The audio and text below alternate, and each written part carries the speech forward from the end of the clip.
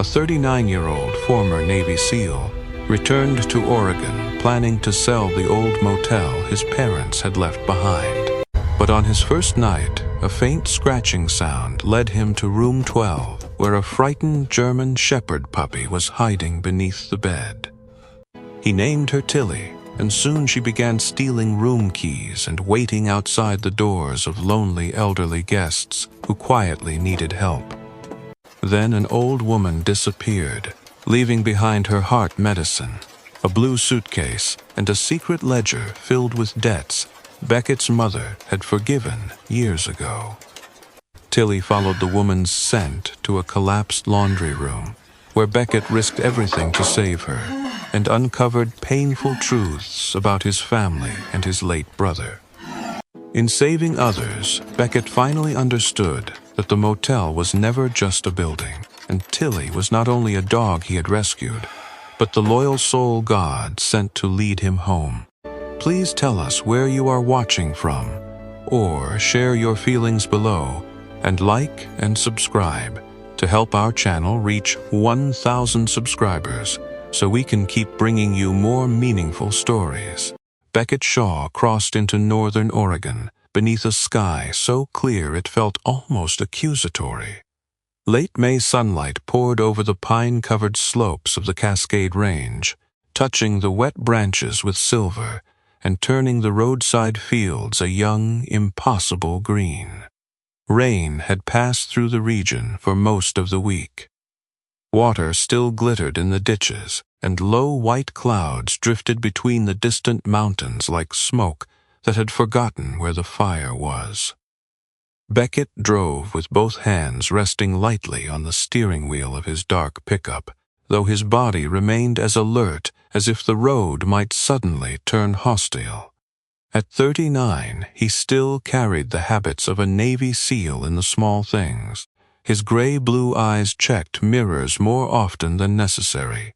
He noticed parked vehicles, broken fence lines, blind curves, and every place a person could stand without being seen. He was about 6 feet tall, lean and powerfully built, without the heavy bulk of a bodybuilder. Years of training had left him with broad shoulders, compact muscle, and an economy of movement that made even ordinary gestures seem deliberate. His light skin had been weathered by salt, wind, and northern cold. A thin, pale scar crossed the edge of his square jaw, while an old break had left his nose slightly crooked. His dark brown hair was cut short, though not as severely as it had been during active duty, and the first strands of gray had begun to show at both temples. He had not shaved that morning. The short stubble along his jaw made him look more tired than he wanted to admit. The green highway sign for Cedar Vale passed on his right. 6 miles later, Pine Lantern Motor Lodge appeared beyond stand of Douglas fir. Beckett slowed without meaning to. The motel stood beside the old state route, where traffic had once flowed before a newer highway drew most travelers east. 12 rooms formed an L around a cracked asphalt parking lot. Each door was painted the same faded blue his mother had chosen when Beckett was a teenager. A long wooden walkway ran beneath the covered porch, and a neon sign shaped like a lantern leaned above the entrance. Only half the sign still worked. Pine glowed weakly in red. The lantern beneath it remained dark. Dry flower baskets hung from the porch beams, their dead stems rattling in the breeze. Yet beside the office window, a yellow rosebush had survived. Its branches were crowded with bright blossoms, heavy from the rain, as if the plant had refused to accept that no one remained to tend it. Beckett parked but did not immediately get out. He had expected collapse. Broken windows, weeds through the roof. Something ugly enough to make selling easy. Instead, the motel looked paused. For one unguarded moment, he expected his father to step out of the maintenance shed with a wrench in one hand, and irritation already prepared for whatever Beckett had done wrong.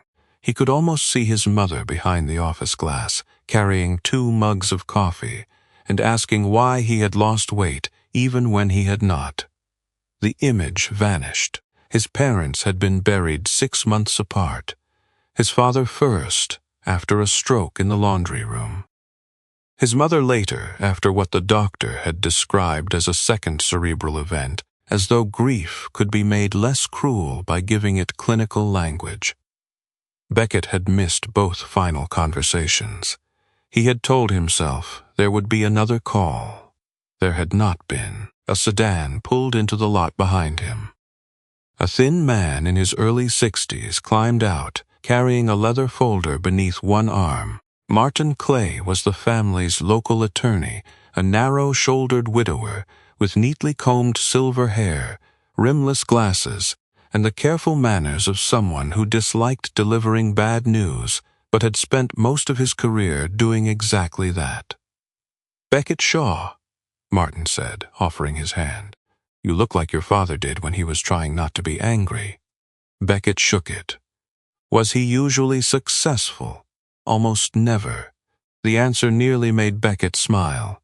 Nearly. Martin unlocked the office and guided him inside. Dust softened the counter, but the room remained orderly. A brass bell sat beside the registration book. 12 wooden hooks lined the wall behind the desk, each marked with a number. 11 keys hung there. The hook beneath the number 12 was empty. Martin placed the inheritance papers on the counter and explained the debts, overdue property taxes, aging electrical system, and roof damage over the laundry building. His tone remained calm, but the numbers formed a quiet execution. Then he slid forward a second folder. "This is the purchase offer from Joel Haskins." Beckett opened it. Joel Haskins was a 43-year-old real estate broker, known throughout Cedar Vale for selling properties before their owners had fully decided to leave them. He was tall and narrow-faced, with sandy hair brushed straight back, a clean-shaven chin, and pale eyes that rarely revealed whether he was pleased or merely calculating. People generally described Joel as polite. Those who had negotiated with him added that his politeness was most effective when someone else was running out of time. Joel represented a regional developer interested in demolishing Pine Lantern and replacing it with a convenience store, charging stations, and a paved rest area for delivery trucks. The offer was generous. Generous enough to clear every debt attached to the motel. Generous enough for Beckett to repair the small house he owned in Washington. Generous enough that he could leave Oregon and never again have to drive past the cemetery where both his parents now rested. "When can I sign?" Beckett asked. Martin studied him over the rims of his glasses after the inventory and electrical inspection. 3 weeks, assuming no complications. Beckett looked toward the empty hook. What happened to 12? Martin's mouth tightened slightly. "I was told not to enter that room." "By whom?" "Your mother." "When?" 8 years ago. Martin opened the old occupancy ledger. On the final recorded line for room 12, Beckett recognized his father's heavy block handwriting. "Do not rent. Do not open." No explanation followed.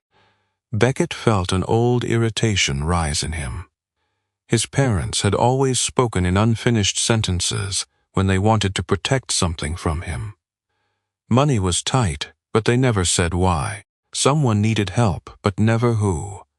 A room had to remain closed, but no one was allowed to ask what waited behind the door. The motel had been built from silence as much as timber.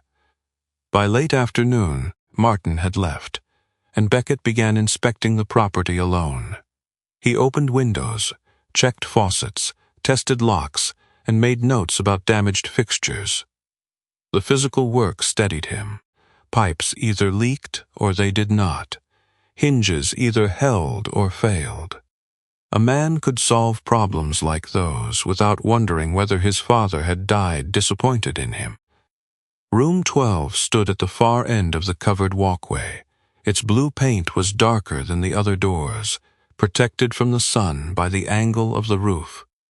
A tarnished brass number hung above the handle. The lock was old but intact. Beckett tried several spare keys. None fit. He placed one hand against the door. The wood was cool. For a brief instant, he thought he felt movement on the other side. Not a push. Something lighter, a vibration so faint it might have been his own pulse traveling through his palm. He withdrew his hand. "Old building," he muttered. Behind him, a woman's voice said, "Old buildings remember who slams their doors." Beckett turned. Ruthie Bell stood near the office, carrying a covered casserole dish. She was 68, of medium height, with a strong, rounded figure and silver hair tied low at the back of her neck. Her fair skin was lined by years of wind and kitchen heat, and her brown eyes held the sharp warmth of someone who could comfort a grieving person, while also informing them they were behaving foolishly. Ruthie owned the Cedar Spoon Diner across the road. She had been his mother's closest friend for more than 30 years. "You still walk up on people without warning," Beckett said. "You still stand with your back to the highway when you are upset." "I'm not upset. You are touching your watch." Beckett lowered his hand. His fingers had been rubbing the scratched steel band of the old military watch on his wrist. Ruthie handed him the casserole. "Chicken and rice. Your mother said you could burn water if someone gave you enough time. I can cook. You can apply heat to food. That is not the same thing." The humor loosened something in the room, but only for a moment. Beckett nodded toward room 12. Why was it closed? Ruthie's expression changed so slightly that most people would have missed it. Beckett did not. "Your mother did not like anyone going in there," she said. "That isn't an answer. It is the one she gave me. What did she keep inside?" Ruthie looked at the door, then at Beckett. "Some rooms hold furniture," she said quietly.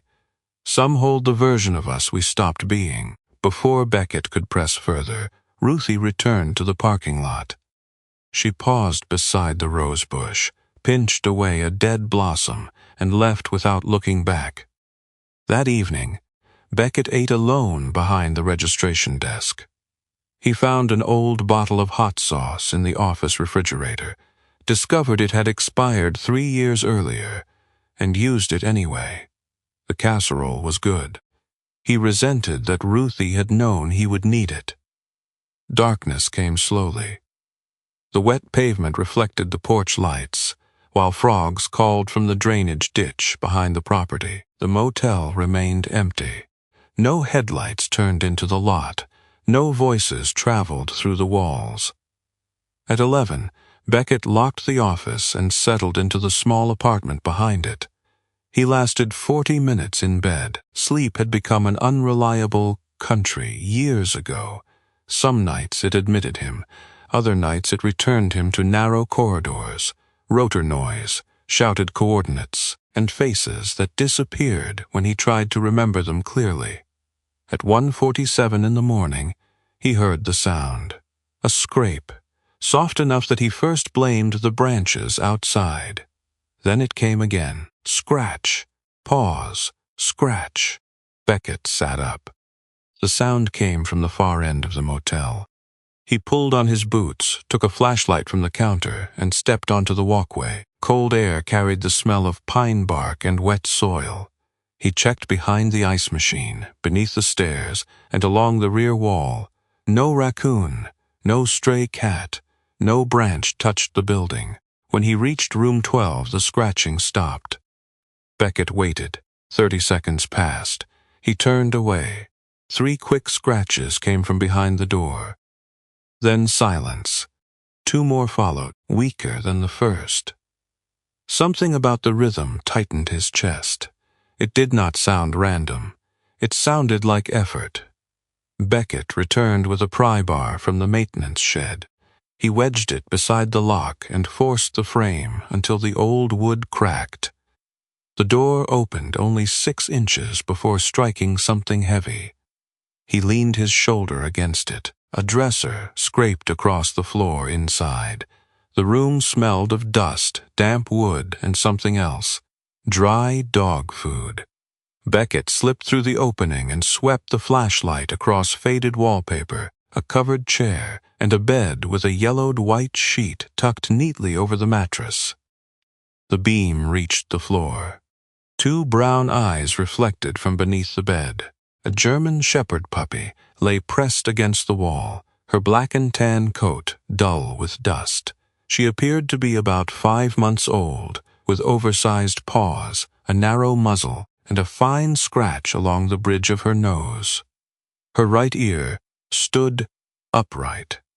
Her left leaned uncertainly to one side, giving her frightened face an expression that was both solemn and heartbreakingly young. A metal bowl beside her held less than an inch of water. Several pieces of dry food were scattered across the floor. Someone had fed her. Recently. Beckett lowered himself to one knee. The puppy watched his hand but did not growl. Her ribs showed faintly beneath her coat.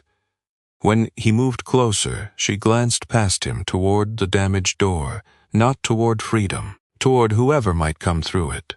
Beckett stopped reaching. "All right," he whispered. "No one's pulling you out." He sat on the floor instead. Minutes passed. The puppy's nose twitched. Her gaze moved from his face to his hands and back again. Beckett knew fear in many forms. Loud fear ran, cornered fear fought. This was the quieter kind, the kind that waited for kindness to reveal its price. He placed his flashlight on the floor and looked away.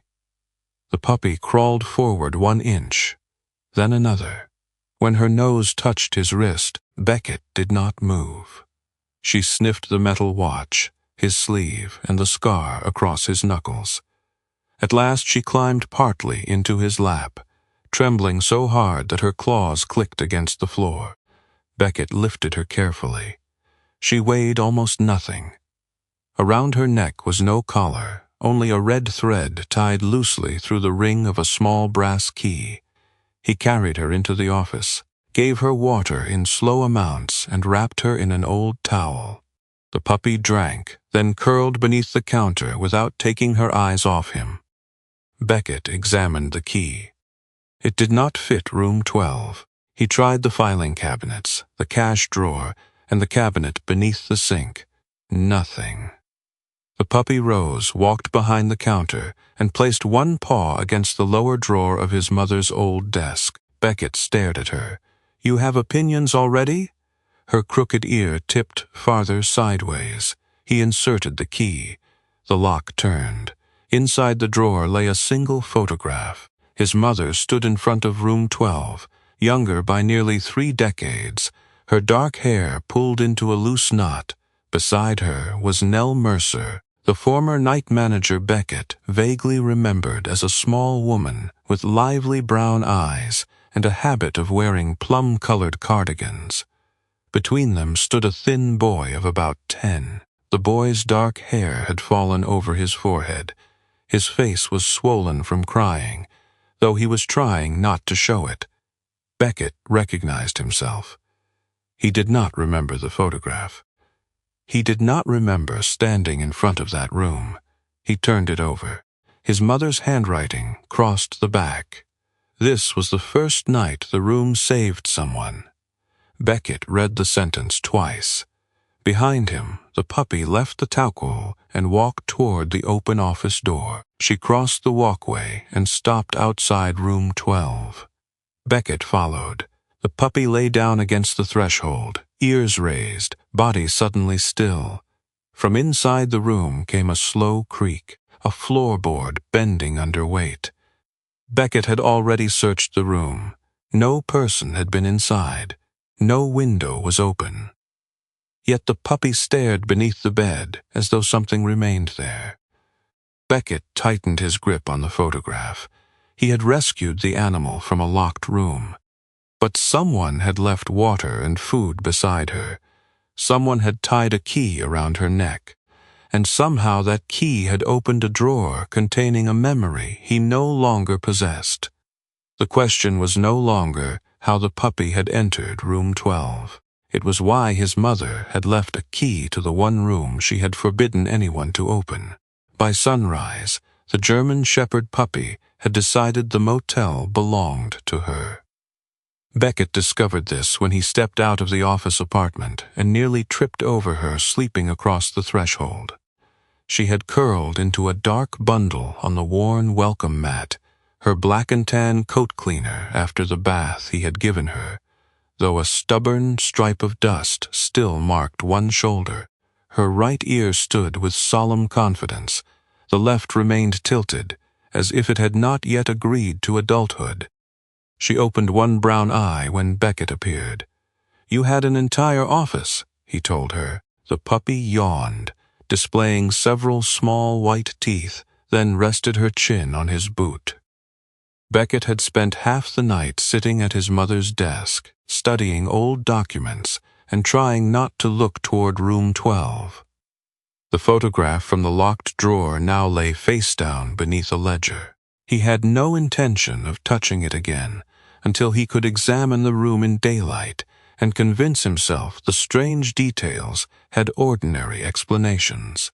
He had learned long ago that unanswered questions became dangerous only when a man gave them imagination.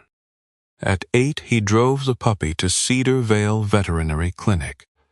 The clinic occupied a converted farmhouse at the edge of town, surrounded by bright maples and a white fence that had been repaired in 3 different shades of paint. Dr. Lena Caro met him in an examination room filled with the smell of disinfectant, dog biscuits, and rain-damp fur. Lena was 46, tall and spare, with pale freckled skin, auburn hair streaked with copper and tied in a loose knot, and steady green eyes that made evasive answers feel childish. A faint scar curved beneath her chin, earned years earlier when a frightened rescue dog had bitten her during a wildfire evacuation. The injury had not made her cautious with animals. It had made her slower, quieter, and more respectful of fear. She knelt rather than lifting the puppy immediately. "Well," Lena said, offering the back of her hand, "you look like someone who has already formed several legal opinions." The puppy sniffed her fingers, then placed one oversized paw on Lena's wrist. "She has no chip," Lena said after the examination. "About 5 months old, mildly underweight, dehydrated recently, but no sign she has been starved for long. No healed fractures, no major injuries." Beckett watched as Lena brushed dried mud from between the puppy's toes. "This soil is dark and fibrous," she continued. "Likely from the marshy ground behind your property. There's sawdust caught in her undercoat and a few red wool fibers. She may have slept on an old blanket in a shed or workshop. Could she have been alone? For a while, perhaps. Not the entire time. Someone fed her recently." That answer confirmed what Beckett already suspected and somehow made him more uneasy. Lena glanced at him. "Are you keeping her?" "No." The puppy sneezed. Lena's mouth twitched. "She seems devastated. I'm posting a found dog notice. If no one claims her, the county rescue can take her. You say that like you are describing an equipment transfer. She needs a stable home." Lena looked at Beckett's posture, the dark circles under his eyes and the puppy's paw resting against his boot. "Yes," she said, "she probably does." On the drive back, Beckett stopped at the post office, the diner, and the feed store to leave notices. He used a photograph that made the puppy appear alert and respectable. In reality, she spent most of the ride attempting to catch the windshield wipers. No one called that day. By noon, Ruthie had brought 3 paying guests to Pine Lantern. The first was Owen Pike, a 72-year-old retired plumber with a narrow chest, wiry arms, and a white beard that grew more heavily on one side of his face. His skin was brown from years outdoors, and his pale blue eyes were lively whenever he told a joke, but dropped toward the ground whenever anyone asked where he lived. Owen wore a faded red cap, denim shirt, suspenders, and work boots polished smooth by age, "My truck needs a small repair," he explained. The truck behind him had rust along both wheel wells and a blue tarp tied over the bed. "How small?" Beckett asked. "Depends whether we define small by cost or emotional damage." Owen rented room 3 for 2 nights. Beckett noticed the truck bed held folded clothing, a skillet, canned food, blankets, and a framed wedding photograph wrapped in a towel. It looked less like luggage than a life packed in a hurry. The second guest was Phyllis Arden, a 74-year-old widow with a soft, round face, warm brown skin, and silver curls gathered beneath a lavender scarf. She dressed carefully in a cream cardigan and pressed slacks, though the joints of her fingers were swollen with arthritis. She spoke in a cheerful, musical voice and apologized whenever she needed help, even when Beckett only carried her suitcase. "I'm visiting my younger sister in Washington," she said. "We have been angry at each other for 9 years, which is long enough to forget the original reason and too short to stop pretending it mattered." The third guest arrived in a pale green sedan and spent 10 minutes searching for the office while standing directly in front of it. Harold Moss was 79, a retired high school history teacher with a tall, stooped frame, parchment-pale skin, and thick white hair combed carefully to one side. His navy blazer had leather patches at the elbows, and his speech retained the formal precision of a man accustomed to classrooms. Yet every few minutes his attention seemed to drift, leaving uncertainty behind his gray eyes. "I am driving to Spokane," he told Beckett. He then asked whether Spokane was north or south. Beckett gave him room 6 and quietly wrote down the number of the emergency contact taped inside Harold's wallet. By evening, Pine Lantern no longer felt abandoned. Doors opened and closed. Pipes knocked in the walls. Ruthie crossed the parking lot twice with coffee, and once with a pie she claimed had been baked by mistake. Owen offered unsolicited advice about the water pressure.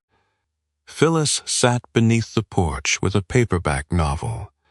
Harold walked around the parking searching for his car while holding its keys. Through all of it, the puppy followed Beckett. She climbed onto his toolbox whenever he opened it. She stole a screwdriver and carried it beneath the ice machine. She dragged a clean towel halfway across the courtyard, then abandoned it when the fabric became heavier than expected. Each time Beckett caught her, her uncertain left ear folded farther outward in an expression of shameless innocence. Ruthie watched from the office door. "She needs a name. She has an owner. So do half the umbrellas in my diner. No one returns for them." Beckett ignored her. An hour later, Ruthie began calling the puppy Tilly. The name stuck because the dog responded to it before Beckett could object. That night, shortly after midnight, Tilly disappeared from the office. Beckett found her lying flat outside room 3. Her body blocked the threshold. Her nose was pressed against the narrow gap beneath the door, and a low whine trembled in her throat. "Owen is sleeping?" Tilly did not look at him. Beckett knocked. No answer. He knocked harder, then used the master key. Owen sat on the floor beside the bed, one hand gripping the mattress. His face had gone gray beneath the weathering, and sweat shone along his forehead. "I stood too quickly," Owen muttered. "You could have called." "I was busy falling." Beckett checked his pulse, brought water, and helped him onto the bed. Owen admitted he had skipped dinner because he was saving money. Ruthie arrived in her robe and slippers, carrying orange juice, crackers, and enough anger to restore circulation by intimidation alone. Tilly remained beside the bed until Owen's color improved.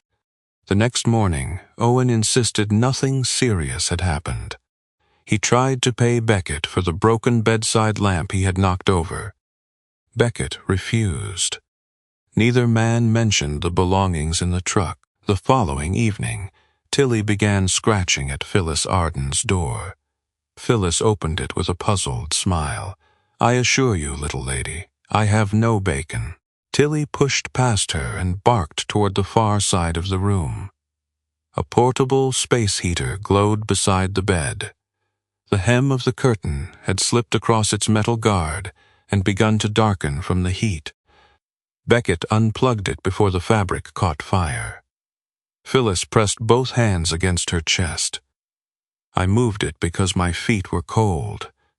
Beckett opened his mouth to tell her she should have known better, then saw the embarrassment in her face. He softened his voice. "I'll bring another blanket." Later, while he carried the damaged heater to the storage shed, he noticed Tilly sitting beneath the yellow rosebush. She was watching the row of doors instead of following him.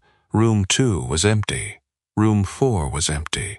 Room 5 was empty. Tilly ignored them all. She only watched the rooms where someone slept. For a moment, the motel seemed to hold its breath around her. The porch lights cast pale circles over the blue doors, and the pine trees beyond the lot shifted in the night breeze. Beckett remembered Lena's explanation. Dogs heard changes in breathing. They smelled stress hormones, medication, smoke, blood sugar, fear. There was nothing mystical about it.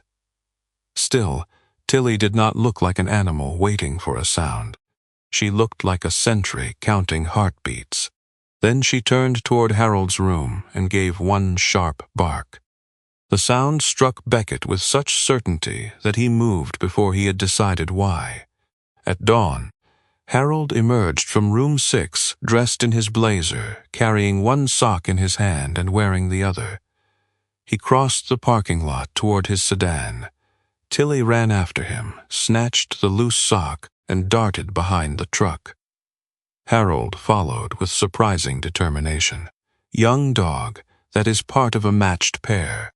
By the time Beckett reached him, Harold had stopped beside the sedan. His hand hovered over the driver's door, but confusion had emptied his expression. "Where am I going?" he asked. The question was so quiet that Beckett almost wished he had not heard it. Harold looked toward the road, then at the motel, then back at Beckett. "I believe I was expected somewhere." Beckett guided him to a chair beneath the porch and called the number from his wallet. Harold's granddaughter, Melissa, answered after the second ring. Her relief quickly became fear. She explained that Harold's memory had worsened during the past year. He had promised not to travel alone, but had left before dawn, 2 days earlier, convinced he needed to attend a former student's retirement ceremony in Spokane. No such ceremony existed. Melissa drove from Portland to collect him. She was 41, short and sturdy, with dark blonde hair pulled into a practical braid, and a face that seemed exhausted from balancing love with constant vigilance. When she embraced Harold, he patted her shoulder and apologized for causing a minor scheduling confusion. Before leaving, Melissa crouched beside Tilly and touched the dog's bent ear. "You stopped him," Beckett replied before the moment could grow too large.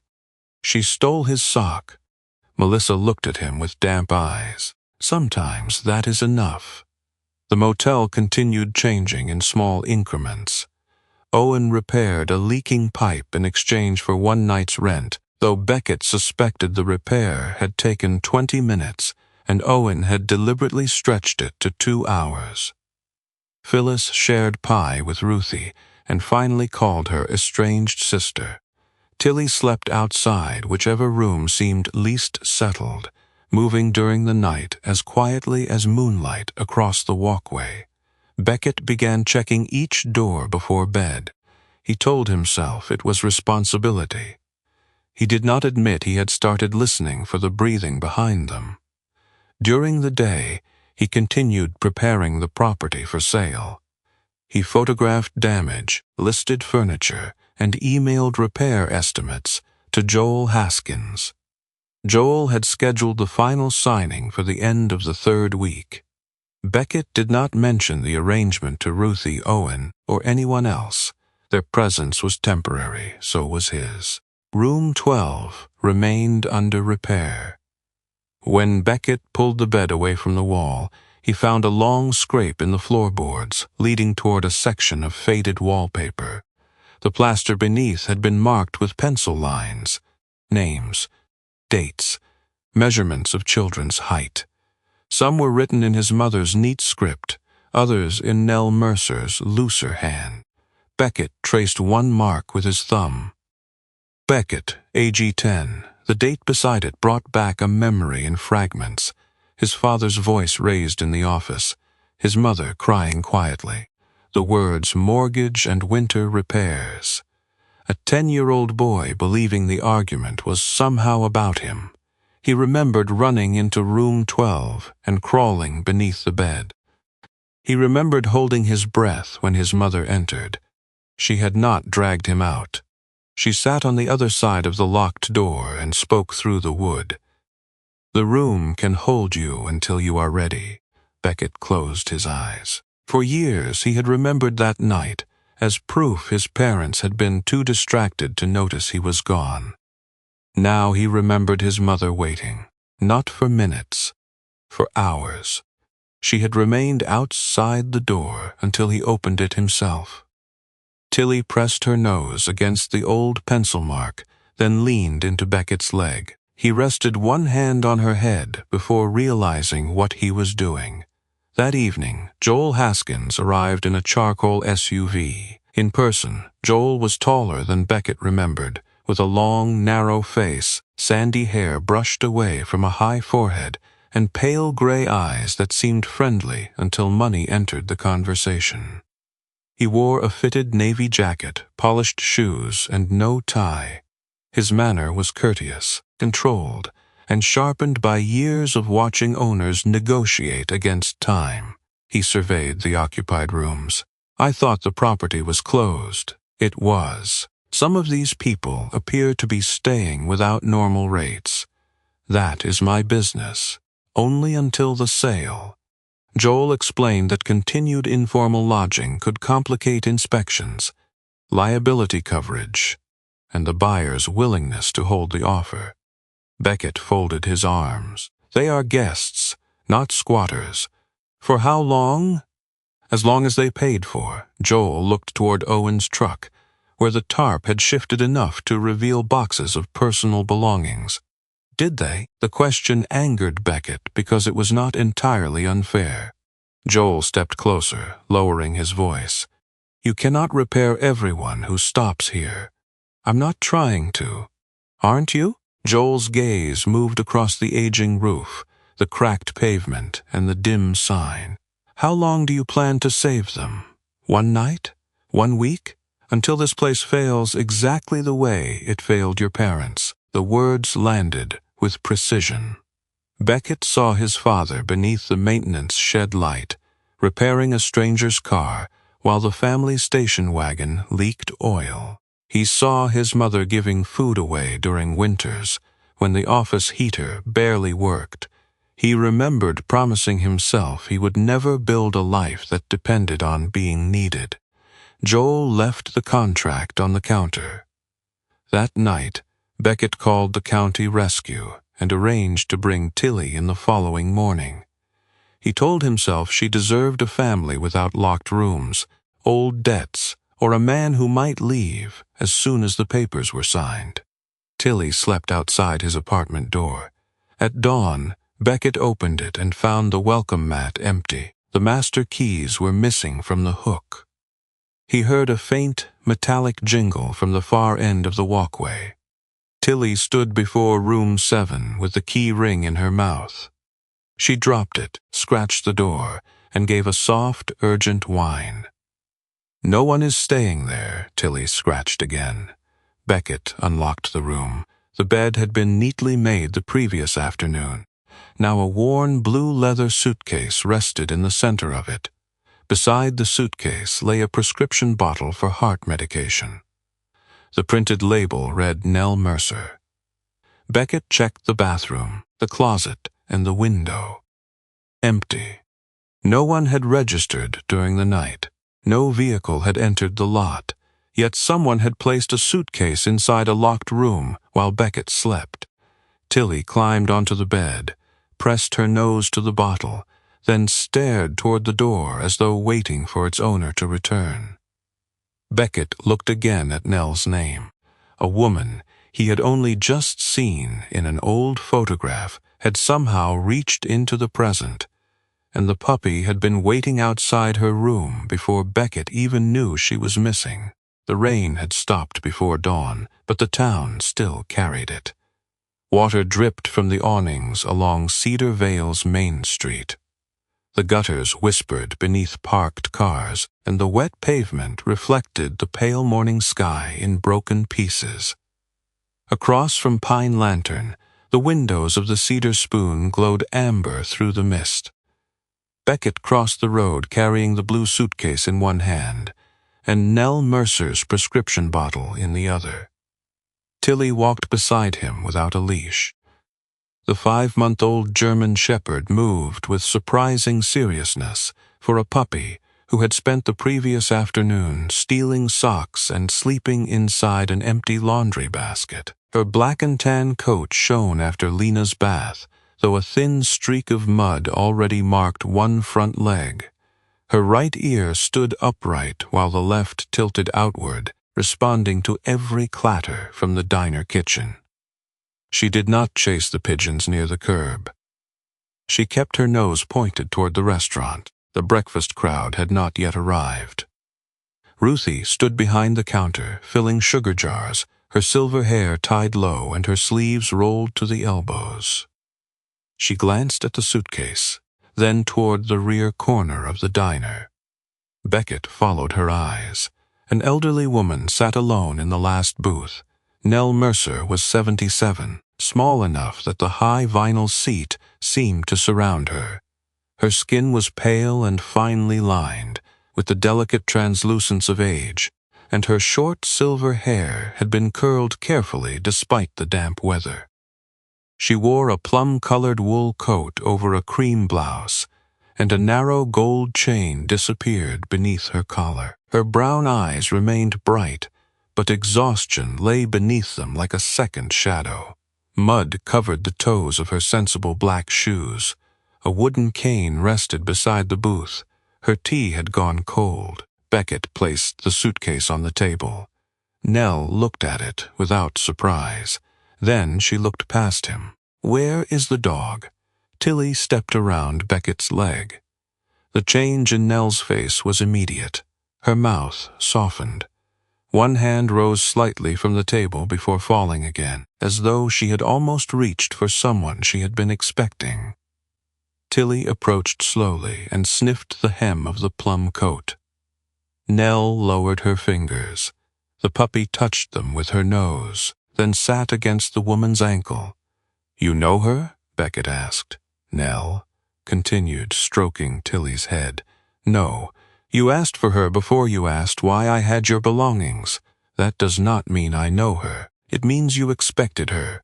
Ruthie placed a fresh pot of tea on the table with unnecessary force. "Nell arrived late," she said. "She was tired." "I can answer for myself," Nell replied.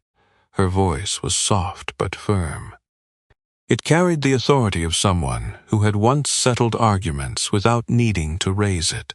She explained that the interstate bus had dropped her near the junction shortly before midnight.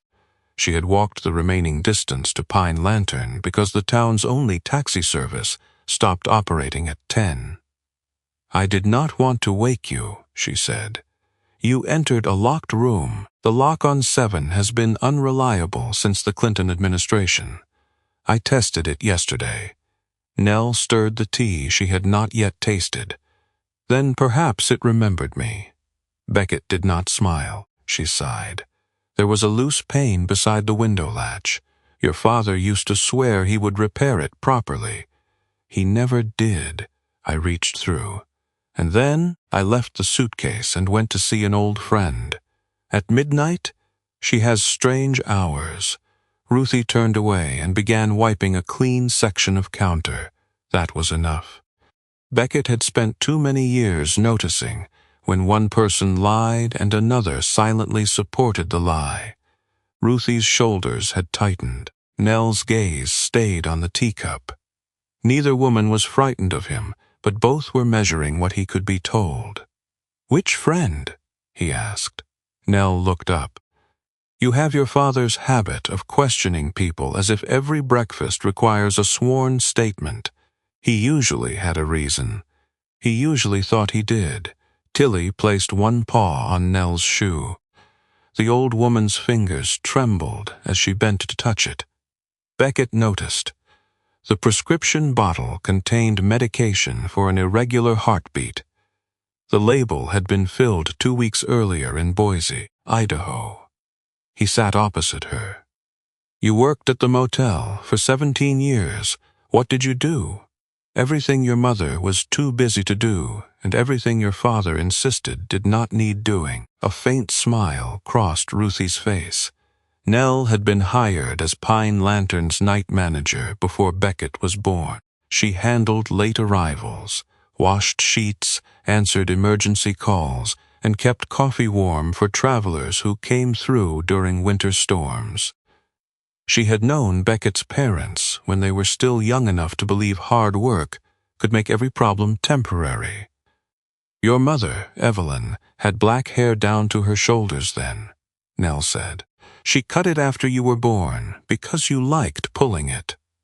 Your father pretended to object, though he kept the first lock of hair she trimmed and hid it in the cash box." Beckett looked toward Ruthie. "She did not tell me that." "She did not tell anyone," Nell said. "I found it when the cash register jammed." The small detail unsettled him more than a larger revelation might have.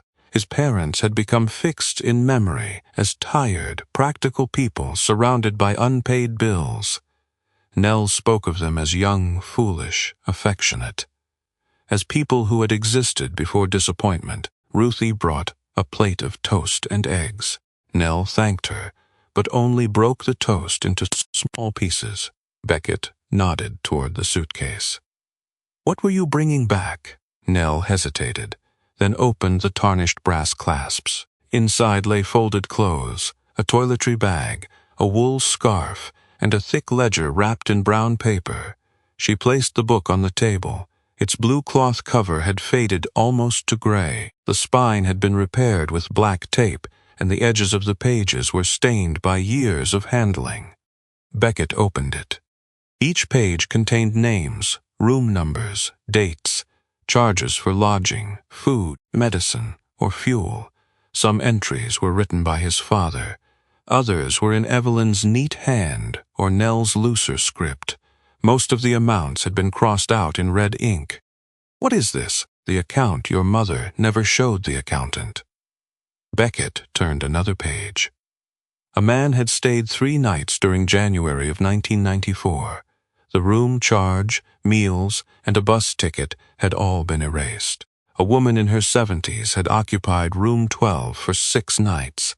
Beside her name was a note stating that no mail should be forwarded and no information given to her son. A young couple had been charged for fuel, breakfast, and 1 replacement wedding ring. She kept debts off the books. She kept people off the road. Nell folded her hands. Pine Lantern had once followed a rule that was never printed on a sign or included in the official policies. If a traveler had no money and nowhere safe to sleep, room 12 remained available. Evelyn called it the waiting room. Not because people waited for service, because sometimes a person needed only 1 night before making a decision that could not be undone. "They stayed until morning," Nell said. "Long enough to rest. Long enough to call a daughter, a shelter, a clinic, an old friend. Your mother believed desperation became louder after midnight." Beckett's eyes returned to the names. "How many?" "More than she admitted." "How did they pay?" "Some never did." "That is not what I asked." Nell met his gaze. "Your mother did not call it charity. She said charity made proud people feel watched. She wrote down a price so they could leave believing they owed something. Then she crossed it out after they were gone. Beckett ran his thumb over the red ink. The motel's financial records had always been poor. He remembered his father refusing to replace the family car, Evelyn sewing torn towels rather than buying new ones, and both of them saying they could not afford to leave the property unattended long enough to attend Beckett's military graduation. A slow anger began to gather beneath his ribs. They could not afford to visit their son, he said, but they could afford strangers. Ruthie stopped moving behind the counter. Nell's face did not harden. That made his anger worse. "You think they chose those people over you," she said. "They chose this place over everything." "No." "Then explain the difference." Nell glanced down at Tilly. The puppy had rested her head against the old woman's ankle. Her eyes were half closed, but her ears remained alert to every shift in Nell's breathing. "Your mother never chose them instead of you," Nell said.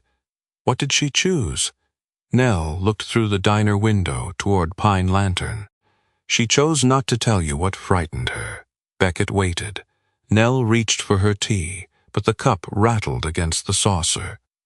Before she could speak, Tilly rose abruptly. The puppy did not bark. She pressed her nose against Nell's wrist, then moved to the woman's chest and gave a thin, uneasy whine. Nell drew back. "I am fine." Tilly placed both front paws on the booth seat and stared into her face. Beckett noticed that Nell's breathing had changed. The breaths were shallow, and a faint sheen of perspiration had appeared near her hairline. He slid the prescription bottle across the table.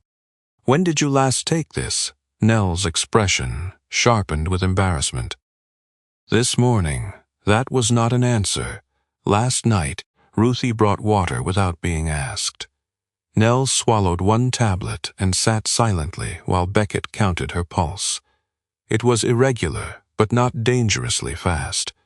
After several minutes, her color improved. Tilly remained beside her until her breathing settled. Nell looked down at the puppy with an emotion that seemed too deep for gratitude. "She always did that," she whispered. "Who?" Nell blinked as if waking. "Your mother." She noticed when people said they were fine in the wrong voice. Tilly licked Nell's fingers. For one suspended moment, the old woman's face seemed to lose 20 years. Not because she looked younger, but because grief had stopped hiding behind her manners. Then Ruthie broke the silence by placing the untouched eggs closer. "Eat before the dog files a formal complaint." Nell took a bite. The moment passed, but Beckett carried it with him when they returned to the motel. Nell requested room 7 for 3 nights. She counted out the payment in small bills, smoothing each one before placing it on the counter.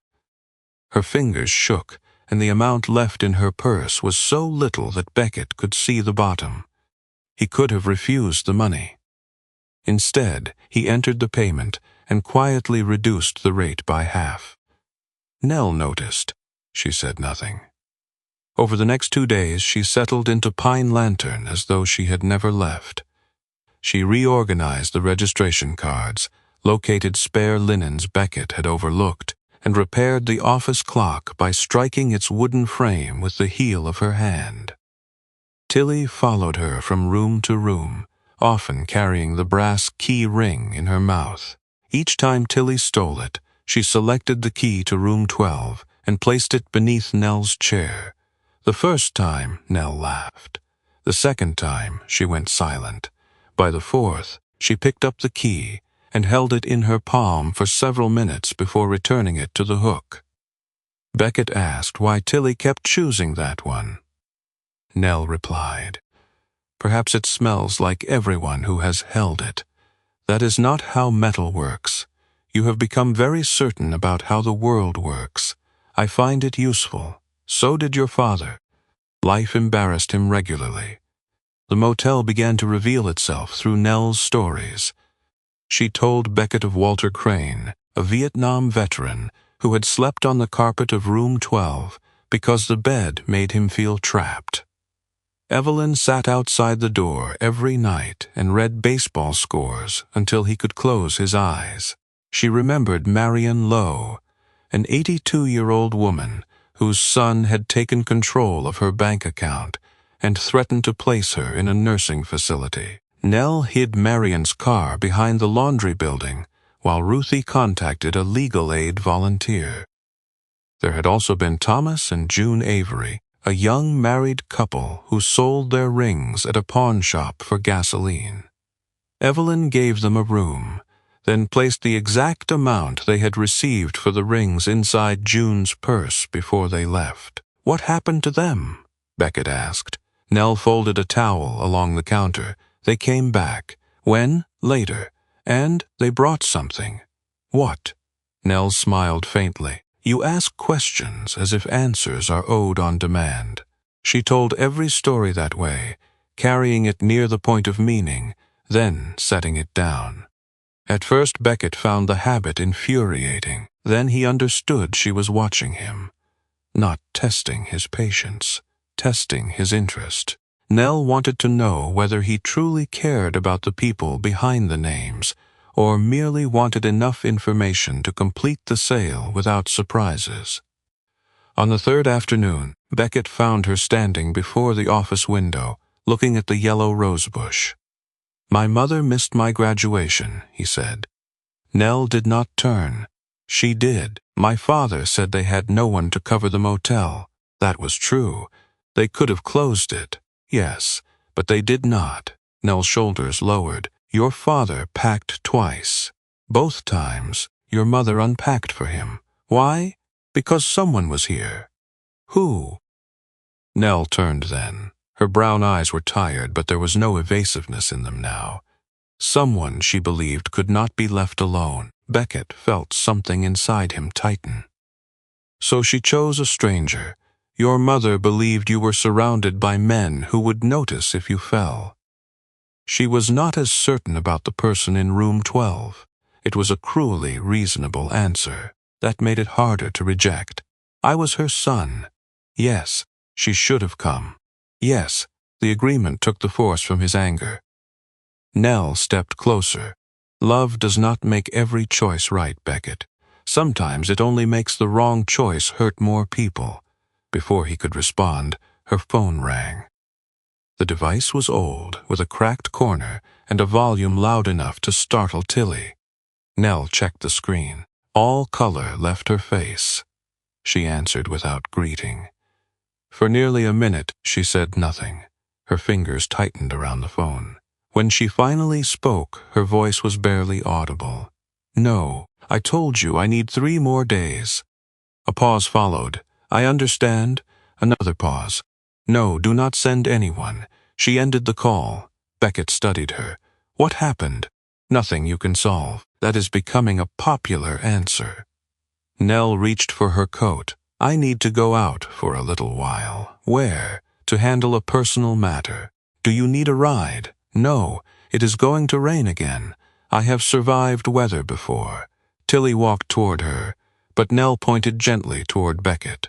"Stay." The puppy stopped. Nell left through the office door, carrying only her cane. She did not take the blue suitcase. She did not take her medication. Beckett watched her cross the parking lot and disappear beyond the laundry building, rather than turning toward the main road. He waited 10 minutes before following. By then, rain had begun falling in heavy silver drops. He found no trace of her behind the motel. That night, wind shook the porch roof, and water hammered the gutters. Beckett checked room 7 twice. The bed remained untouched. At dawn, he entered again. The suitcase stood open on the luggage rack. Nell's clothes were still folded inside. Her heart medication rested beside the sink. The blue ledger was gone. Ruthie had not seen her. No bus had stopped overnight. Deputy Mason Greer arrived at 8. He was a broad, heavy-set man in his early 50s, with closely cropped gray hair, a square, ruddy face, and a trimmed mustache that gave him a stern appearance his mild voice rarely supported. a former search and rescue volunteer. Mason had become cautious after losing a hiker during an early winter storm 15 years earlier.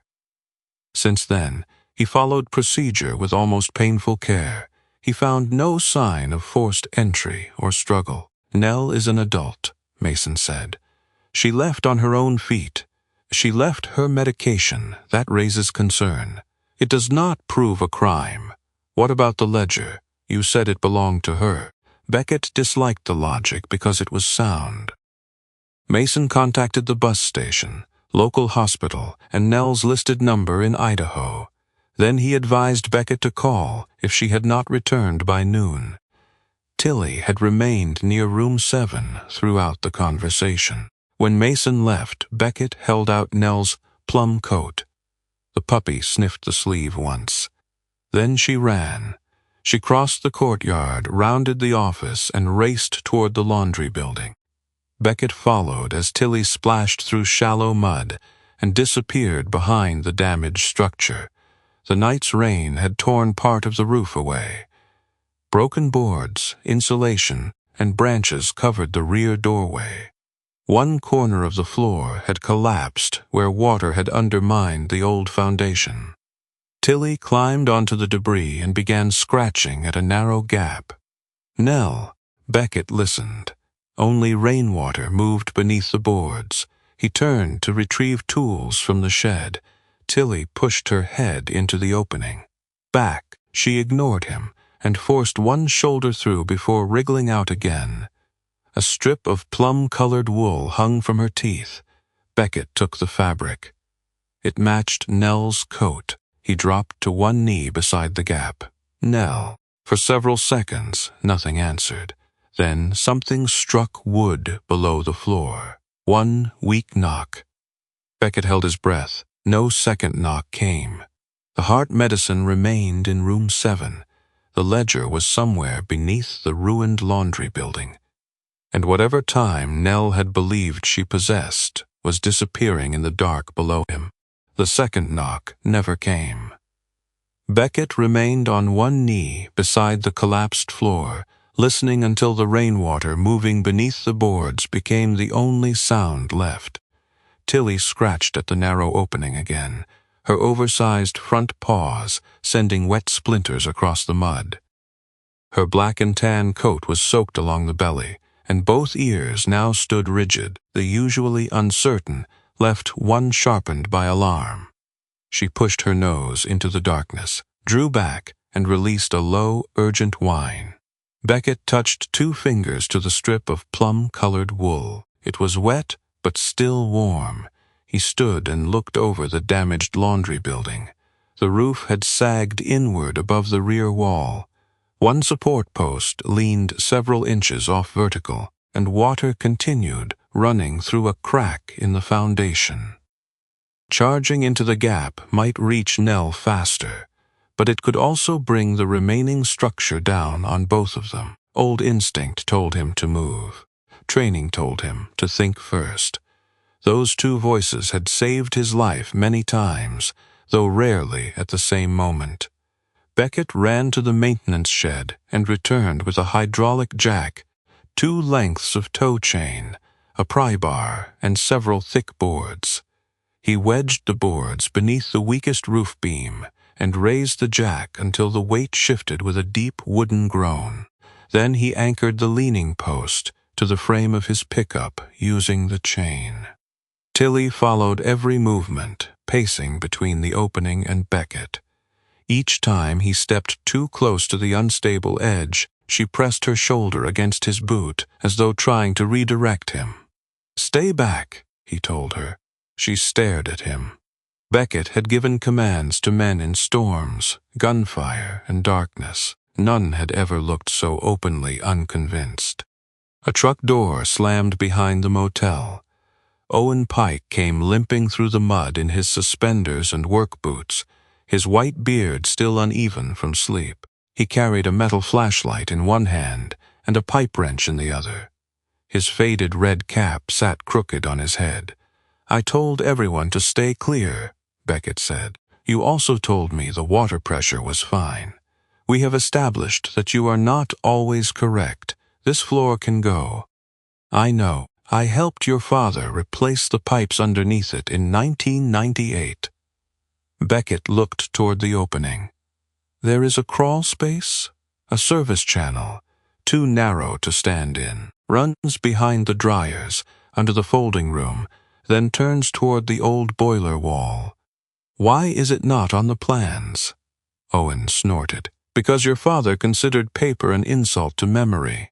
He pointed toward the largest industrial dryer, an avocado green machine older than Beckett.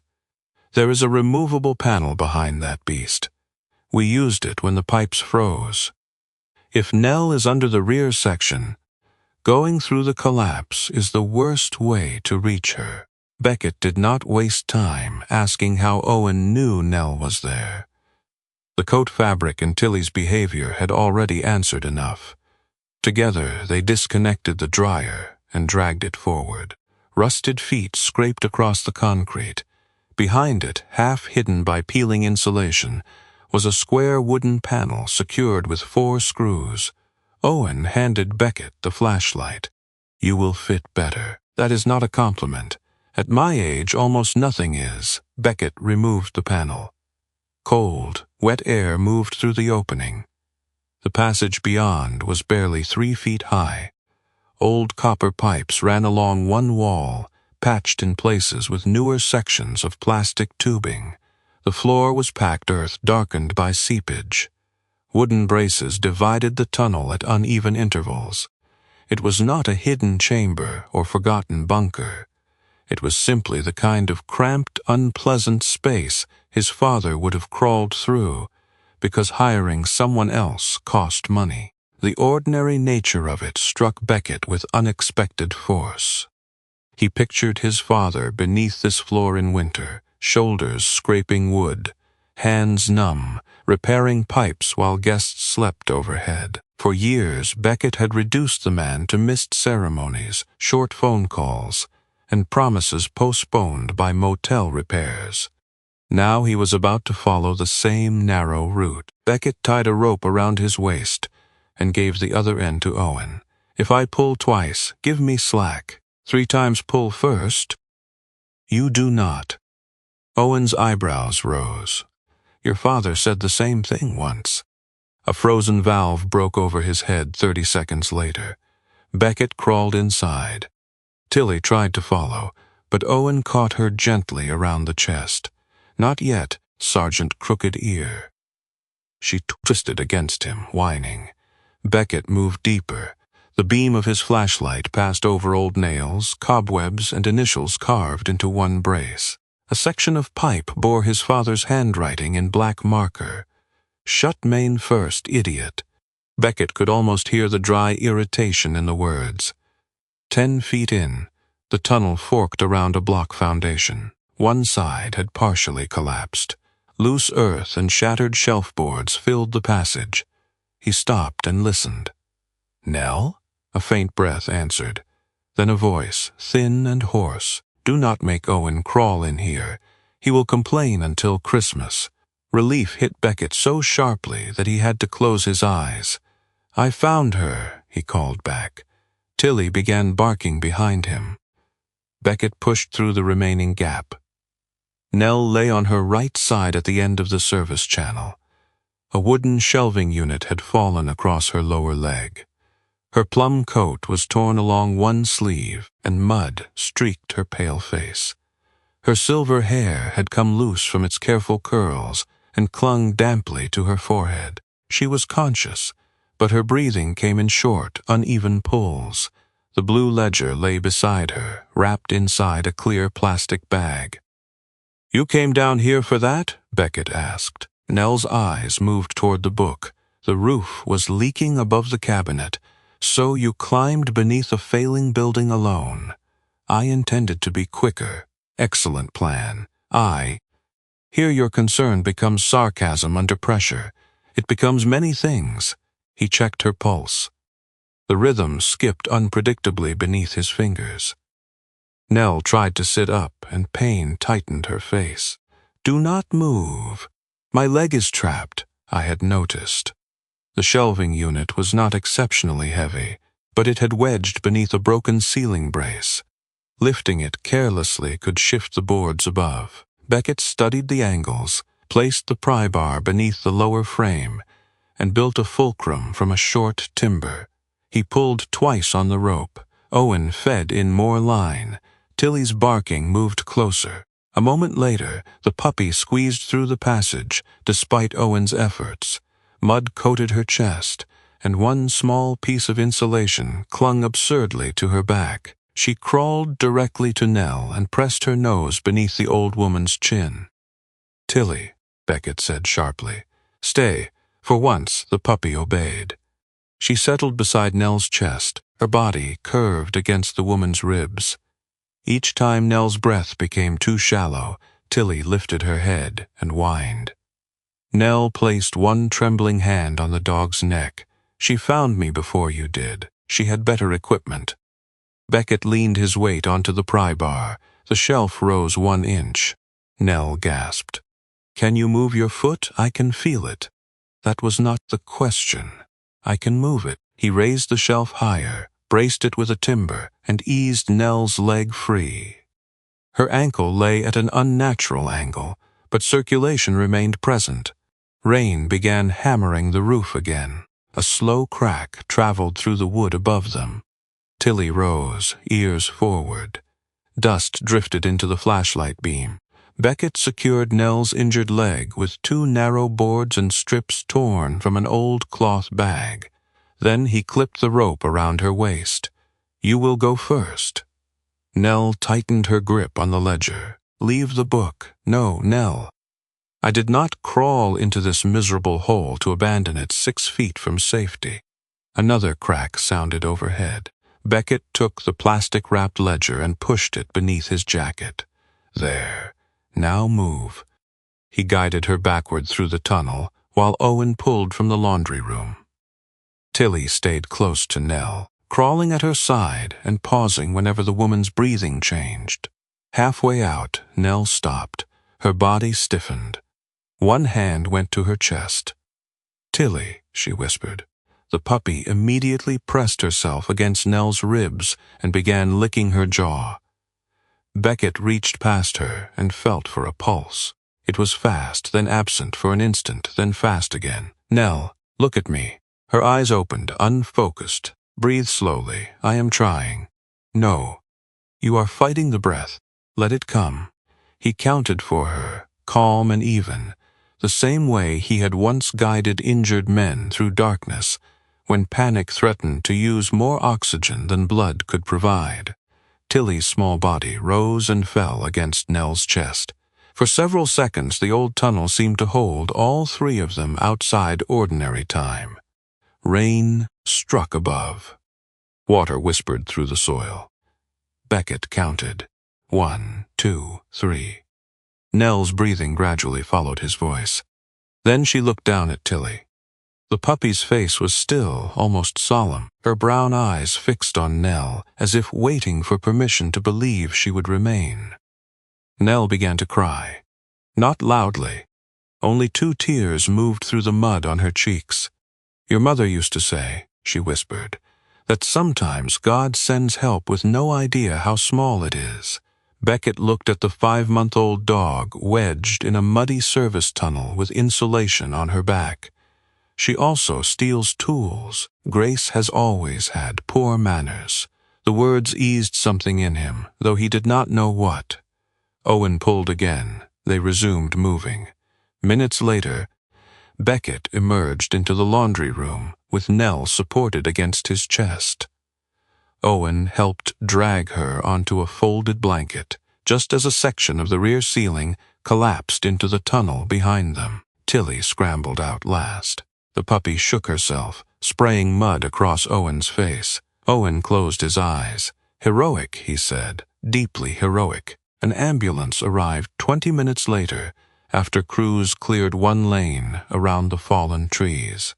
2 paramedics stabilized Nell's ankle and connected a heart monitor. Tilly tried to climb into the ambulance. Beckett had to carry her back. She struggled until Nell reached from the stretcher and touched the puppy's nose. "I am not leaving you," Nell said. Tilly stopped fighting. At Cedar Vale Regional Hospital, Beckett waited beside Ruthie, under fluorescent lights that made everyone look more tired than they admitted. Ruthie sat rigidly in a vinyl chair, hands folded over her purse. She had changed from her diner apron into a brown cardigan, but a smear of flour remained near one cuff. For the first time since Beckett's return, she looked old. "You knew she had nowhere else to go," he said. Ruthie kept her eyes on the floor. "I knew she was in trouble. That is not the same answer. No, it is the one I can defend. A physician named Dr. Marcus Vale met them near noon. He was in his late 50s, lean, dark-skinned, and completely bald, with a neatly trimmed salt and pepper beard and calm black eyes. His voice carried the measured patience of a man who had learned that frightened families often remembered tone more clearly than facts. Nell had fractured her lower leg and suffered an episode of atrial arrhythmia, worsened by exertion, missed medication, and stress. She had no internal bleeding and no sign of assault. She was fortunate, Marcus said. Another hour in the cold might have changed the outcome. Beckett disliked the word fortunate. It made survival sound accidental. When they were allowed into Nell's room, she sat propped against white pillows with her injured leg immobilized. Her face had regained some color. The blue ledger rested on the bedside table. Tilly, after considerable argument with hospital staff and a promise from Lena Caro that the puppy was healthy, was permitted 5 minutes inside. She walked directly to Nell and placed her head on the mattress. Nell closed her eyes. "I owe the hospital for the rule they just broke." "You owe several people an explanation," Beckett said. Ruthie quietly left the room. Nell watched her go. Then she told the truth. Her daughter, Claire, had died 11 months earlier after a long illness. Nell had spent almost all her savings on treatments, travel, and the mobile home they had shared outside Boise. After Claire's death, overdue payments accumulated. The property had been repossessed 2 weeks earlier. Nell had been living in inexpensive motels and bus stations since then. She had come to Pine Lantern because Evelyn had once made her a promise. Years ago, during a winter when the motel could not afford both wages and heating oil, Nell worked without pay for nearly 4 months. She stayed because the Shaws were family in every way except blood. When business recovered, Evelyn tried to repay her. Nell refused. So Evelyn said that if Nell ever needed shelter, a room at Pine Lantern would always belong to her. "Why did you not tell me?" Beckett asked. Nell stared at the blanket. "Because the promise was made by your mother, not by you. You nearly died rather than ask for a room. I intended to leave after giving you the ledger." "Where?" "I had not decided." His anger rose, hot and helpless. "You climbed under a collapsing building with a heart condition because you did not want me to know you were homeless." Nell's mouth tightened. At a certain age, a person begins to fear becoming a burden more than death.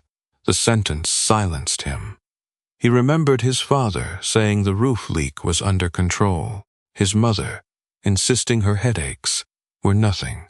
Every final phone call had contained the same phrase, "We are fine." Beckett had accepted it because he was busy, because he trusted them, because some part of him had been relieved not to hear anything requiring him to return. He sat beside the bed. "They said that to me too." Nell understood without asking who. She reached for the ledger. "This belongs to you now." Beckett opened it more carefully than before. Hundreds of names filled the pages. Beside many entries were small dots in blue, yellow, or red ink. The pattern seemed deliberate, but no legend explained it. At the final page, one name appeared alone, Beckett Shao. There was no room charge and no date of departure. Only one handwritten sentence from Evelyn. "Ours one return, must not be erased. Beckett read it twice. What does that mean? Nell's gaze moved toward the window. Your mother believed you would come back to room 12 one day. To save the motel? No. To find the ledger? No. Then why? Nell looked at him with an expression that held sorrow, tenderness, and something close to fear. To meet the person who had been waiting for you there. Beckett glanced toward Tilly. Nell shook her head. Not me. His phone rang. Ruthie's name appeared on the screen. Beckett answered. Her voice came quickly. I am at the motel. He looked at the chair beside him. Tilly was gone. Beckett stood. What do you mean, gone? She slipped out when Owen brought supplies. I followed her, but she was already inside the room. Ruthie's next words slowed him. There is an envelope on the bed. Nell's fingers tightened around the blanket. It has your name on it, Ruthie continued. The postmark is 19 years old. That was the week Beckett had entered Navy training. Who sent it? Ruthie did not answer immediately. When she finally spoke, her voice had changed. It was not written by your mother or father. Beckett stared at Nell. The old woman looked away.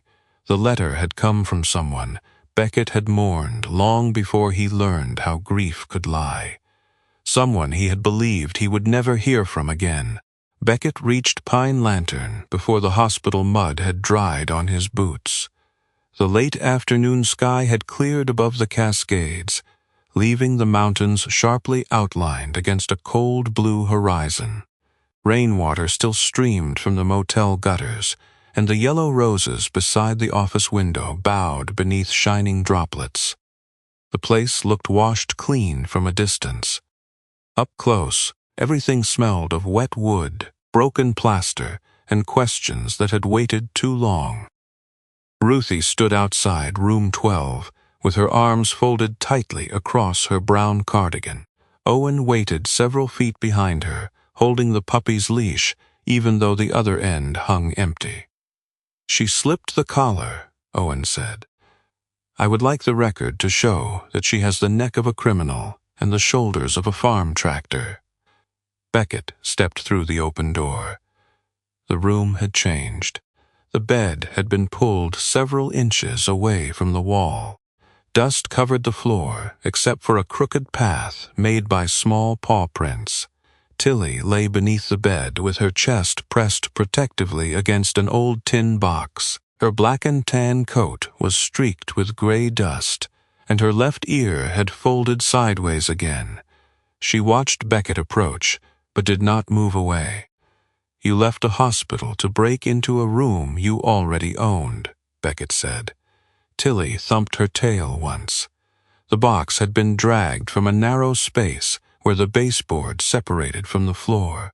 It was rectangular, rusted around the hinges, and decorated with faded blue flowers.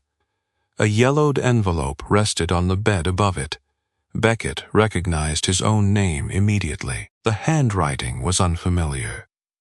The postmark bore a date 19 years earlier, from the week before Beckett left Oregon to begin naval training.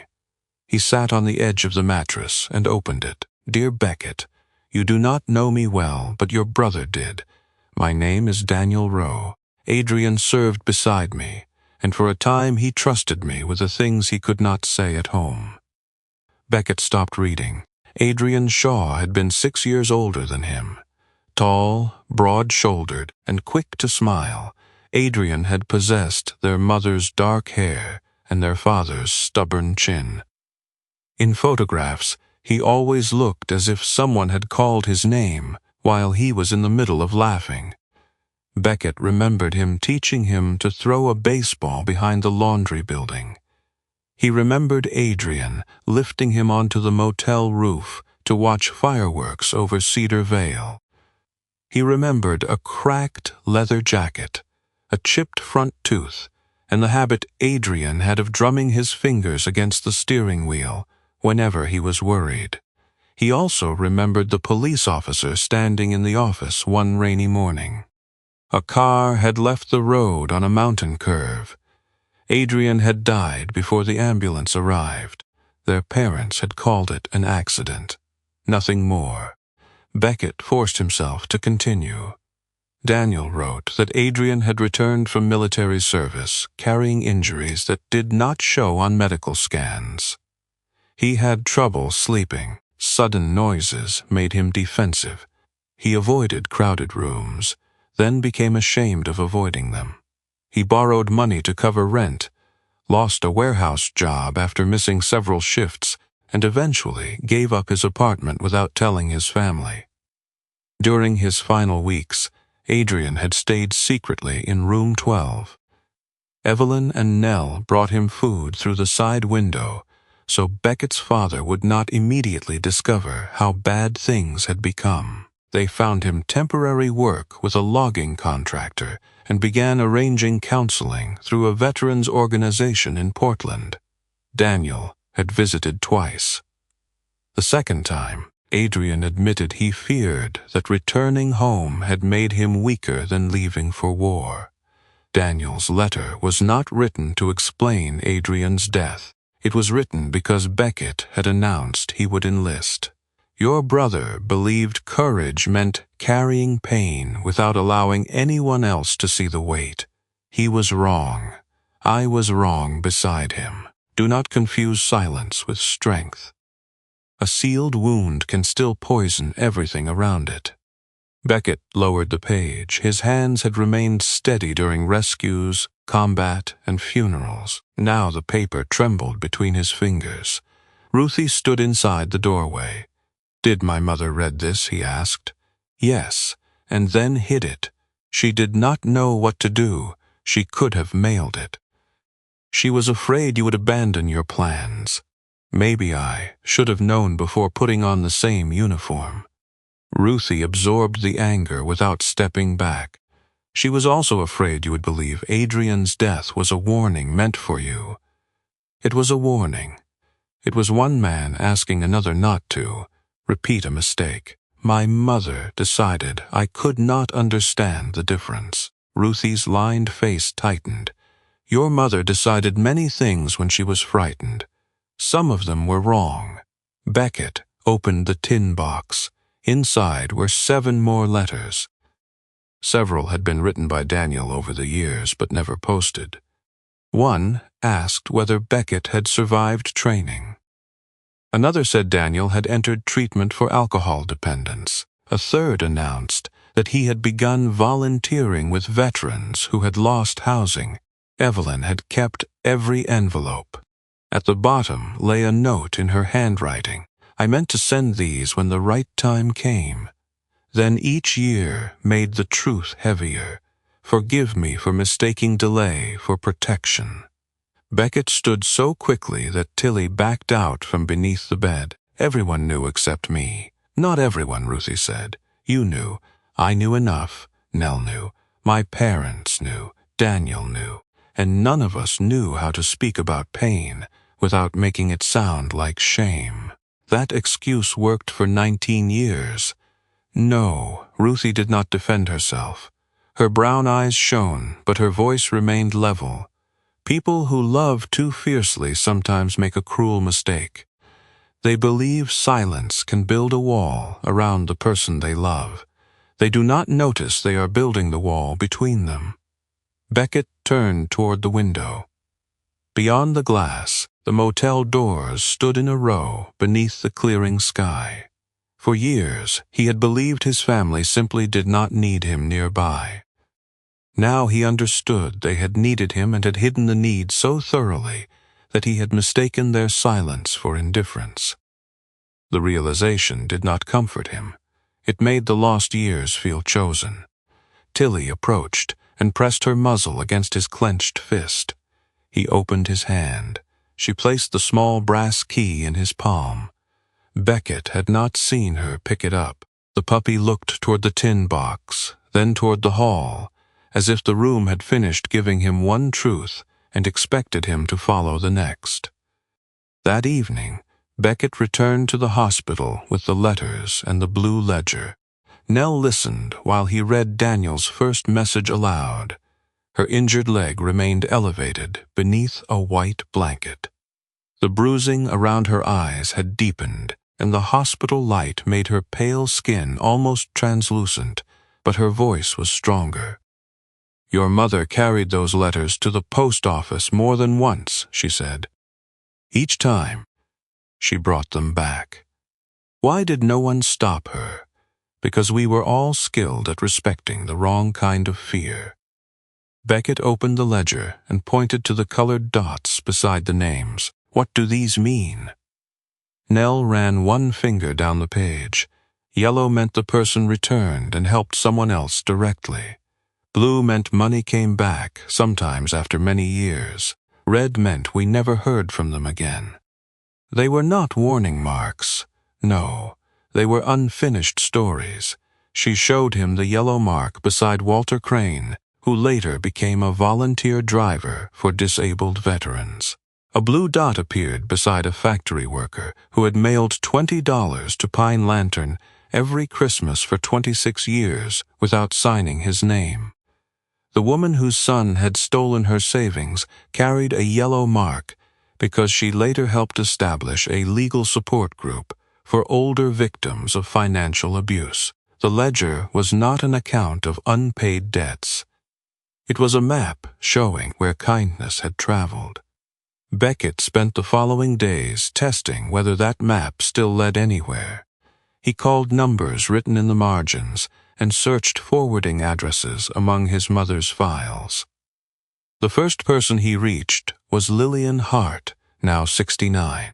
She was a retired nurse with a compact build, warm brown skin, short white curls, and a voice that retained the brisk confidence of decades spent making frightened patients feel safe. In 1991, her car had broken down outside Cedar Vale during a snowstorm. Evelyn gave her room 12, dinner, and enough gasoline to reach nursing school. Lillian had later spent 32 years caring for elderly patients in rural communities. "I never paid your mother," she told Beckett. "The ledger says you did. I sent money. The money was only part of it." There was a long silence. Then Lillian said, "Your mother used to understand that better than the rest of us." Another call reached Curtis Wynn, a 76-year-old former mill worker with a deep, gravelly voice. After losing his job, he had lived in his sedan until Pine Lantern gave him a room. For years afterward, he secretly mailed cash to the motel each December. "Why anonymously?" Beckett asked. "Because pride is foolish, but it ages slowly." Thomas and June Avery appeared in person 2 afternoons later. Thomas was now 71, a broad man with thinning gray hair, ruddy skin, and thick hands shaped by years of carpentry. June, 69, was slender, dark-skinned, and graceful, with silver braids gathered at the nape of her neck. The couple now operated a community food pantry outside Salem. They brought no grand donation. They brought a framed photograph of Evelyn standing beside their first delivery van. "She gave us back the price of the rings," June said. "We used it to reach California. Years later, when we started the pantry, we named the emergency shelf Evelyn's Table. The stories moved Beckett. The bills did not. An electrical contractor estimated that rewiring the motel would cost more than Beckett had expected. The laundry roof needed complete replacement. The insurer warned that structural damage might not be covered because the underlying decay predated the storm. Property taxes remained overdue. Joel Haskins returned with an increased offer. He stood in the office wearing a pale gray jacket, his sandy hair arranged as carefully as ever. He seemed neither triumphant nor cruel. "The buyer is raising the price because demolition costs are lower than projected," Joel said. "This is the last adjustment. If I refuse, the offer expires Friday. After that, your insurance problem becomes public record and any future buyer will negotiate lower. And if I keep it," Joel glanced at the ceiling, "you may lose it within a year." After he left, Beckett took the numbers to Nell. She had been discharged with a walking boot, medication instructions, and strict orders not to climb beneath any more buildings.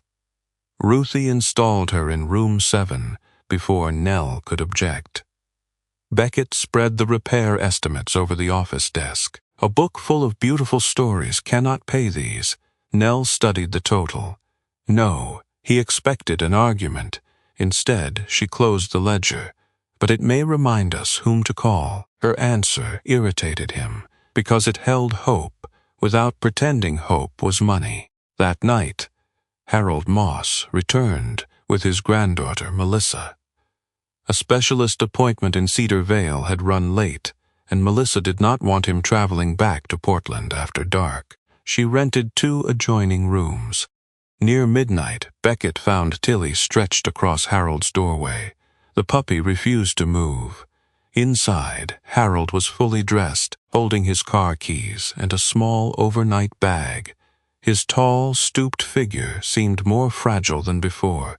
His white hair was neatly combed, but confusion and shame competed behind his gray eyes. "I need to leave before Melissa wakes," he said. "Why? She has missed work 3 times because of me. So you plan to drive alone?" "I plan not to become the reason her life gets smaller." Beckett sat on the porch beside him. Harold spoke in pieces through the night. He feared forgetting his students' names. He feared losing the right to make decisions. Most of all, he feared that love would turn into duty and duty into resentment. Beckett listened without correcting him. "Near dawn," Harold asked, "do you know what it is to leave before people can discover how much they need from you?" Beckett looked at Tilly sleeping between their chairs. Yes. The answer came too easily. He finally understood that his fear of Pine Lantern was not only financial. If he stayed, people would begin to rely on him. They might call during storms, illnesses, or frightened nights. And one day, he might fail to answer. Leaving first had always seemed cleaner. At 8 the next morning, Beckett called Joel. "I need 48 more hours. The buyer may withdraw." "I understand." Joel arrived with an extension form, but made no promise beyond 2 days. As he returned to his pickup, Tilly darted from beneath the porch and barked sharply at the open rear door. Joel turned too quickly, striking a folder with his elbow. It fell from the back seat. Documents scattered across the wet pavement. Beckett bent to help gather them. Then he saw the title, Pine Lantern Motor Lodge Preliminary Safety Failure Report. The report carried a completion date from 2 weeks before Beckett had returned to Oregon. The official inspection had not yet occurred. Beckett looked at Joel. "You knew." Joel's face lost its practiced calm. "I did not create that report, but someone gave it to you." Joel glanced at the ledger visible through the office window. The name signed at the bottom of the report was Calvin Reese. Beckett had seen it before. Calvin's entry in the blue ledger carried a red dot. A man Pine Lantern had once sheltered, had returned only on paper, and before Beckett ever came home, that man had already helped decide the motel should not survive. Calvin Reese arrived at Pine Lantern shortly before noon. He drove a white county utility vehicle with orange warning lights mounted above the cab and the words "Building Safety" printed on both doors. The rain had not returned yet, but the air had turned heavy and metallic, and dark clouds gathered beyond the western ridges of the Cascades. Beckett watched Calvin step out beside the office. At 64, Calvin was a broad-shouldered man whose once powerful frame had softened around the waist without losing its solidity. He stood a little under 6 feet tall. His skin was light brown and deeply lined around the eyes from years spent outdoors. His hair, cut close to the scalp, was almost entirely gray. A trimmed gray beard covered a strong jaw, and an old scar pulled slightly at the corner of his lower lip. He wore a dark green county jacket over a pale work shirt, heavy trousers, and mud-stained inspection boots. A rigid leather brace supported his left wrist, the result of a construction accident that had ended his years as a field carpenter. Since then, Calvin had built his identity around rules, measurements, and structures that could be trusted not to collapse without warning. His eyes moved first to the damaged laundry building, then to room 12. Only afterward did he look at Beckett. Joel Haskins climbed from a second vehicle. His navy jacket had been replaced by a weatherproof gray coat, but his sandy hair remained carefully combed, as though even bad weather should respect professional standards. Beckett held the preliminary report in one hand. "You inspected this place before I returned." Calvin's expression did not change. "I reviewed archived plans, tax photographs, repair permits, and the storm damage report your insurer requested. You signed a failure report, a preliminary risk assessment, before the official inspection." "Yes." "And then Joel carried it around while asking me to sell." Joel raised one hand. "I did not commission it. But you used it. I used information relevant to the property." Beckett stepped toward Calvin. "Why does your name appear in my mother's ledger?" For the first time, something shifted in the older man's face. Calvin looked past Beckett toward the office window, where the blue ledger rested on the desk. "I wondered whether she kept it." "She did." "Then you know I stayed here. I know you received food, bus money, and work." Calvin exhaled slowly. He had been 19 when he first arrived at Pine Lantern. His father had thrown him out after Calvin refused to join the family roofing business. Calvin spent nearly 2 months hitchhiking through Oregon, sleeping behind service stations and taking day labor whenever someone paid cash. One November night, Evelyn found him sitting beside the ice machine with blood on his hands from a fight at a truck stop. "She did not ask whether I started it," Calvin said. "She gave me a towel and told me not to drip on the carpet." Despite himself, Beckett could hear his mother saying it. Calvin slept in room 12 for 5 nights. Beckett's father hired him to repair porch railings. Evelyn bought him a bus ticket to Portland and arranged an interview with a union carpenter. "What happened after that?" Beckett asked. "I left. You never wrote. No, never sent money. No, never came back." Calvin looked directly at him. Sometimes a man stays away from the place that saved him because he forgot. Sometimes he stays away because he remembers too clearly how helpless he was when he arrived. The answer was neither apology nor defense. That made it difficult to attack. Calvin walked toward the rear of the property and examined the foundation behind the laundry room. He used a laser level, a long measuring rod, and a moisture probe, recording each result in a weatherproof notebook. Beckett followed him. "You could have contacted me before passing your report to Joel. I did not know whether you intended to keep the motel. That was not your decision." "No. Safety was."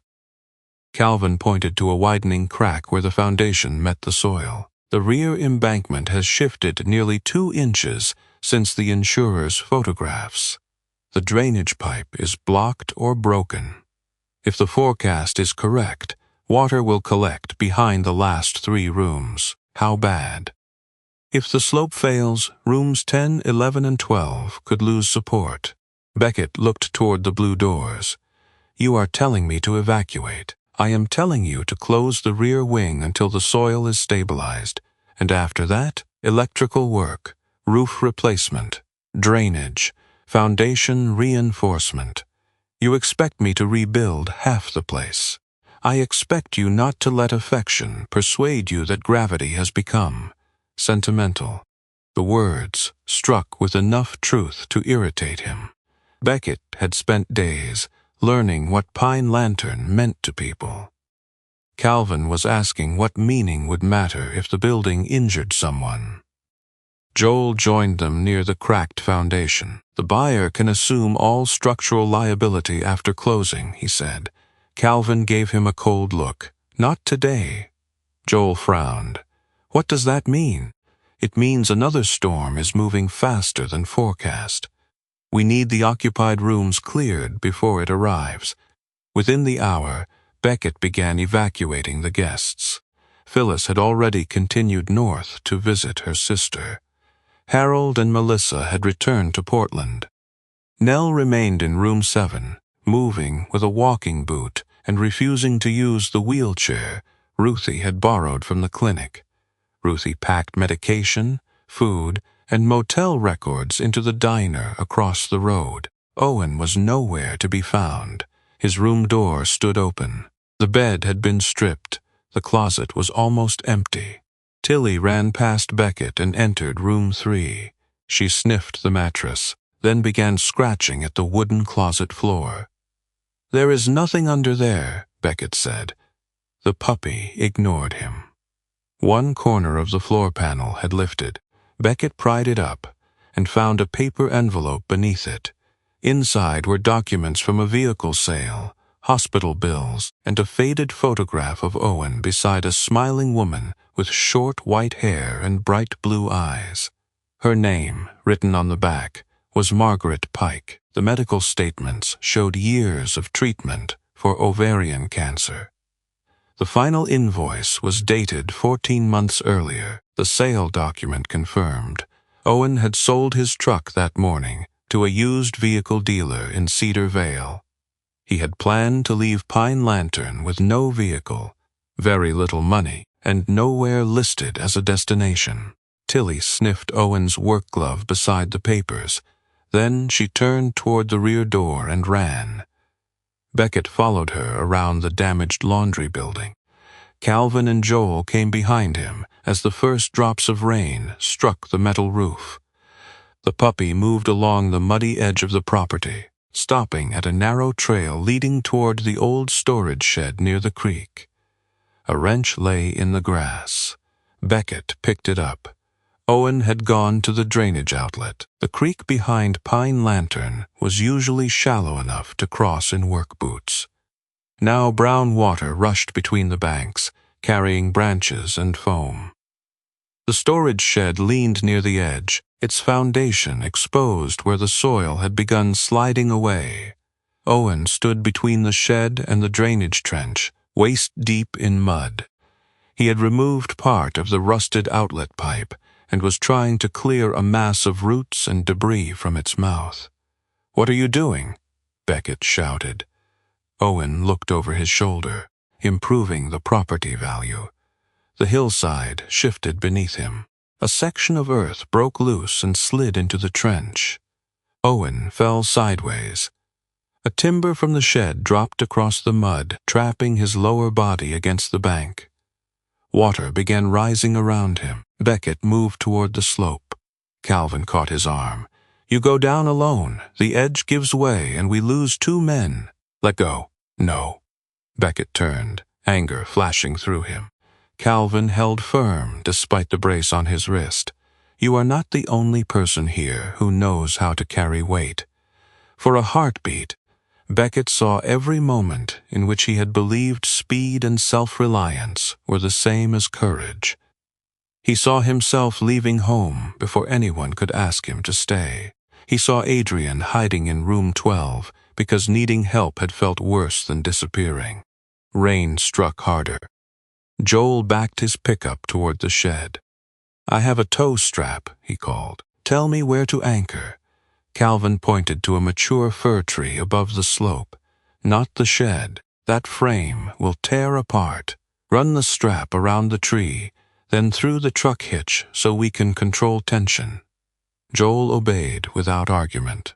Beckett knelt beside Tilly and clipped a lighter rescue line to her harness. The puppy's coat was already soaked. Mud clung to her legs, but her brown eyes remained fixed on Owen. "You take this to him." Tilly looked from the line to Beckett. He guided the rope between her teeth. "Go." She descended the slope. Her body stayed low as the mud shifted beneath her paws. Twice she slipped and recovered. Owen stretched one hand toward her, but the timber prevented him from leaning far enough. "Come on, Crooked Ear," he said through clenched teeth. "You have stolen more difficult objects." Tilly crawled beneath the edge of the fallen timber and pushed the rope toward his hand. Owen caught it. Beckett and Calvin secured the upper line. Joel slowly tightened the tow strap, stabilizing the timber just enough to keep it from settling farther. "I am going down," Beckett said. "This time," Calvin replied, "you are going attached." They fitted a second line around Beckett's waist. He descended with Calvin, controlling the rope, and Joel holding tension through the truck. Tilly remained beside Owen, her body pressed against the man's shoulder as water rose around them. Beckett reached the timber and tested its weight. "Owen, can you feel your feet?" "The right one. The left has filed a complaint, but provided no details." Beckett dug mud away from Owen's trapped leg. Calvin shouted instructions from above after studying how the beam had fallen. "Lift from the creek side. If you raise the upper edge, it rolls toward him." Beckett adjusted his position. In another life, he might have ignored the advice simply because he needed the decision to be his. Now he listened. Joel tightened the tow strap another inch. Calvin pulled the stabilizing rope. Beckett raised the lower edge of the timber with the pry bar. "Move," he told Owen. Owen dragged his leg free. The hillside gave a deep, wet groan. "Now!" Calvin shouted. Beckett pushed Owen upward. The older man caught the rescue line and began climbing while Calvin and Joel hauled from above. Beckett lifted Tilly under one arm and followed as the trench filled with a surge of brown water. They reached solid ground seconds before the storage shed tilted and collapsed into the creek. For several moments, no one spoke. Owen lay on his back in the grass, breathing hard. His face was pale beneath the mud, and his white beard dripped water onto his denim shirt. Tilly climbed onto his chest. "You weigh more when wet," Owen told her. She licked mud across his cheek. Joel sat heavily beside the truck, his polished shoes ruined and his gray coat torn at one elbow. He stared at the place where the shed had stood. "I wanted this property cleared," it said. "I did not want anyone buried under it."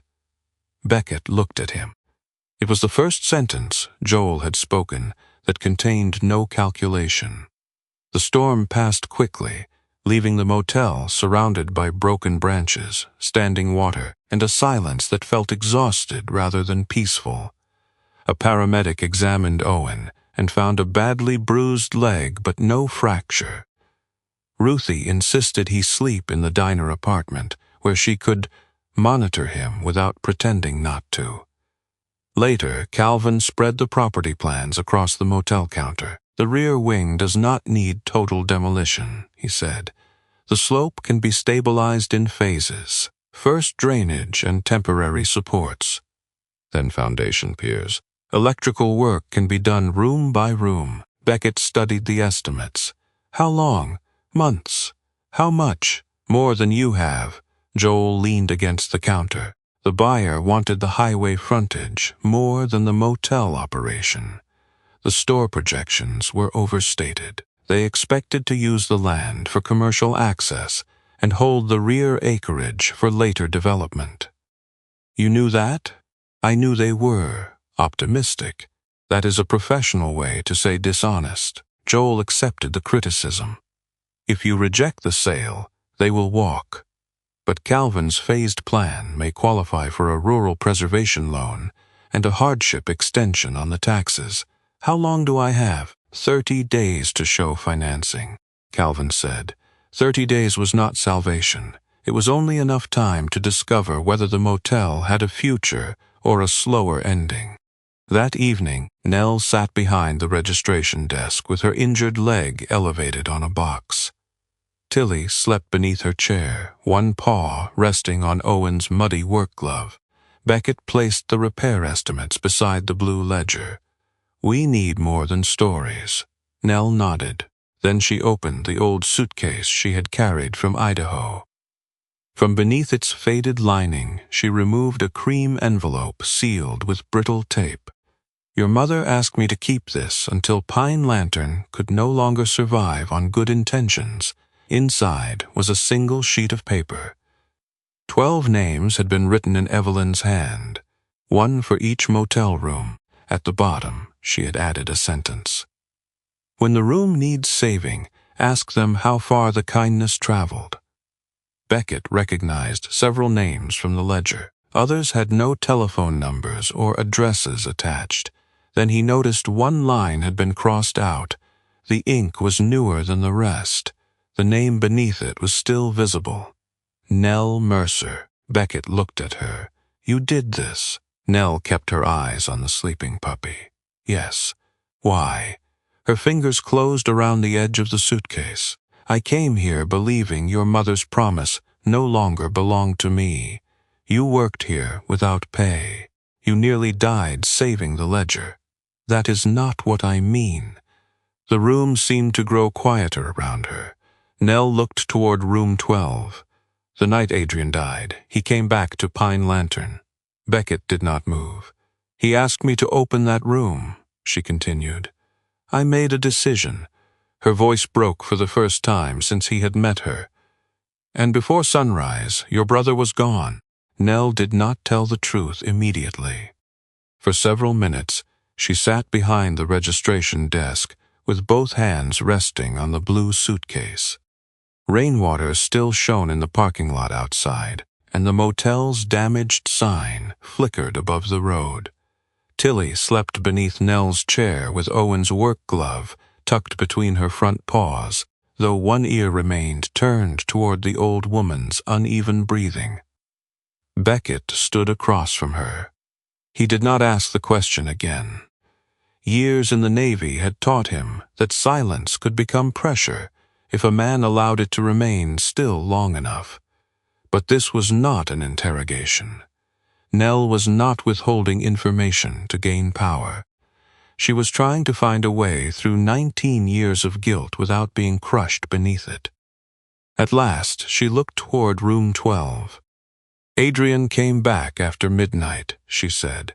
Her voice was quieter than the rain dripping from the porch. He had been staying there on and off for several weeks, but that night the room was occupied. The guest inside was a 76-year-old woman named Edith Lane, who had arrived at Pine Lantern with one suitcase, a bruised wrist, and $23. Edith's adult grandson had taken control of her pension and threatened to leave her beside the highway if she contacted the police. Evelyn had arranged for a legal aid advocate to collect her the following morning. Nell had promised no one would discover Edith's location. Adrian entered through the office, she continued. His hair was wet. His hands would not stop moving. He kept rubbing them against his jacket as though he could wipe away whatever was frightening him. Beckett pictured his brother as he appeared in the old photographs. Broad-shouldered, dark-haired, with a chipped front tooth and laughter always waiting near his mouth. He tried to replace that face with a panicked one. He could not. He asked for 12, Nell said. I told him someone was already inside. There were 11 other rooms. 7 were occupied. 2 had plumbing damage. 1 had no heat, and the others, Nell lowered her eyes. 1 was available. Beckett's jaw tightened. Then why didn't you open it? Because he did not ask for a bed. The answer stopped him.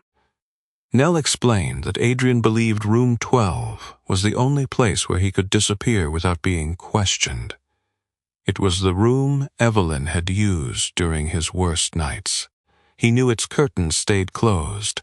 He knew no official registration card would be required. Most importantly, he believed the room did not demand that he admit he needed help. Nell offered room 9. Adrian refused. She asked him to sit at the counter while she called Evelyn. He refused that too. He said he only needed the key, Nell whispered. I told him I could not remove Edith. I thought if I stayed calm, he would eventually sit down. What did he say? He said, "Then it is not really for people like me." The words seemed to darken the office. Nell had watched Adrian walk back into the rain. She called after him, but not loudly enough to wake the guests. She did not call Evelyn immediately because Adrian had made her promise not to involve the family. 20 minutes later, guilt overcame caution. By the time Evelyn answered the telephone, Adrian was already driving toward the mountain road. The accident occurred before sunrise. Nell's fingers tightened around the suitcase handle. "I have replayed that night so many times that the real version no longer feels real," she said. "In some versions, I unlock room 9. In others, I stand in front of his car. Sometimes I call your mother before he leaves. Sometimes I break my promise to Edith and ask whether Adrian may sit inside until he calms down. You were protecting someone. I let someone else walk away. You offered him another room. I did not understand he was asking me to keep him from leaving. Beckett had no easy answer. That was what made the truth painful. Nell had not acted cruelly. She had not ignored Adrian or turned him into the storm. She had protected an elderly woman while trying to respect the wishes of a frightened man. And still, Adrian had died. Some tragedies did not need villains. They only needed several people doing what seemed defensible until the consequences became permanent. "My mother knew?" Beckett asked. "She came before dawn." "Did she blame you?" "No." "What did she say?" Nell's lips trembled. "She said room 12 was never built to save everyone. It could open a door. It could offer warmth. It could keep the rain off someone for a night. But it could not choose for the person standing outside." Nell looked at the name she had crossed from Evelyn's list. "She forgave me before I asked. I hated her for that." "Why?" "Because forgiveness meant I could not spend the rest of my life pretending punishment would bring Adrian back." Tilly awakened. The puppy stood, stretched her long front legs, and walked toward Nell. Her black and tan coat had nearly dried after the rescue, but one tuft of fur remained raised above her shoulder. She placed her nose against the old woman's hand. Nell turned away. "I had no right to return here asking for shelter." Beckett looked at her injured leg, the walking boot, the blue suitcase that contained almost everything she still owned. "You did not ask. That does not make me more deserving." "No," he said, "it makes you more stubborn." A faint sound escaped Owen from the doorway. It might have been a laugh. He stood leaning on a cane Ruthie had forced upon him, his bruised leg wrapped, and his white beard freshly washed, but still uneven. Ruthie remained beside him with her arms folded. Calvin and Joel had also stayed, though both men kept a respectful distance from the desk. Beckett lifted the key to room 12 from the hook. Nell stared at it. He placed it in her palm. "This is not repayment," he said. "I cannot take it. It is not charity." "Then what is it?" "An open door." Nell's fingers closed slowly around the key. Beckett understood then that he and Nell had carried the same wound in different forms. She believed one wrong decision had made her undeserving of shelter. He believed years of absence had made him undeserving of his parents' love. Both had treated guilt like a sentence handed down by the dead. Neither had considered that the people they mourned might never have wanted them imprisoned. Tilly rested her chin on Nell's knee. The old woman wept without hiding it. 3 days later, Beckett began calling the 12 names from Evelyn's final list. No secret millionaire answered. No forgotten inheritance appeared.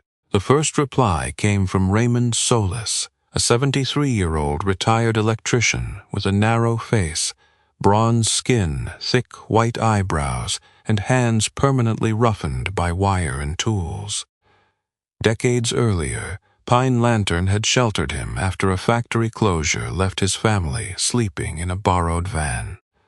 Raymond examined the motel's electrical panels and offered to replace the most dangerous circuits without charging labor.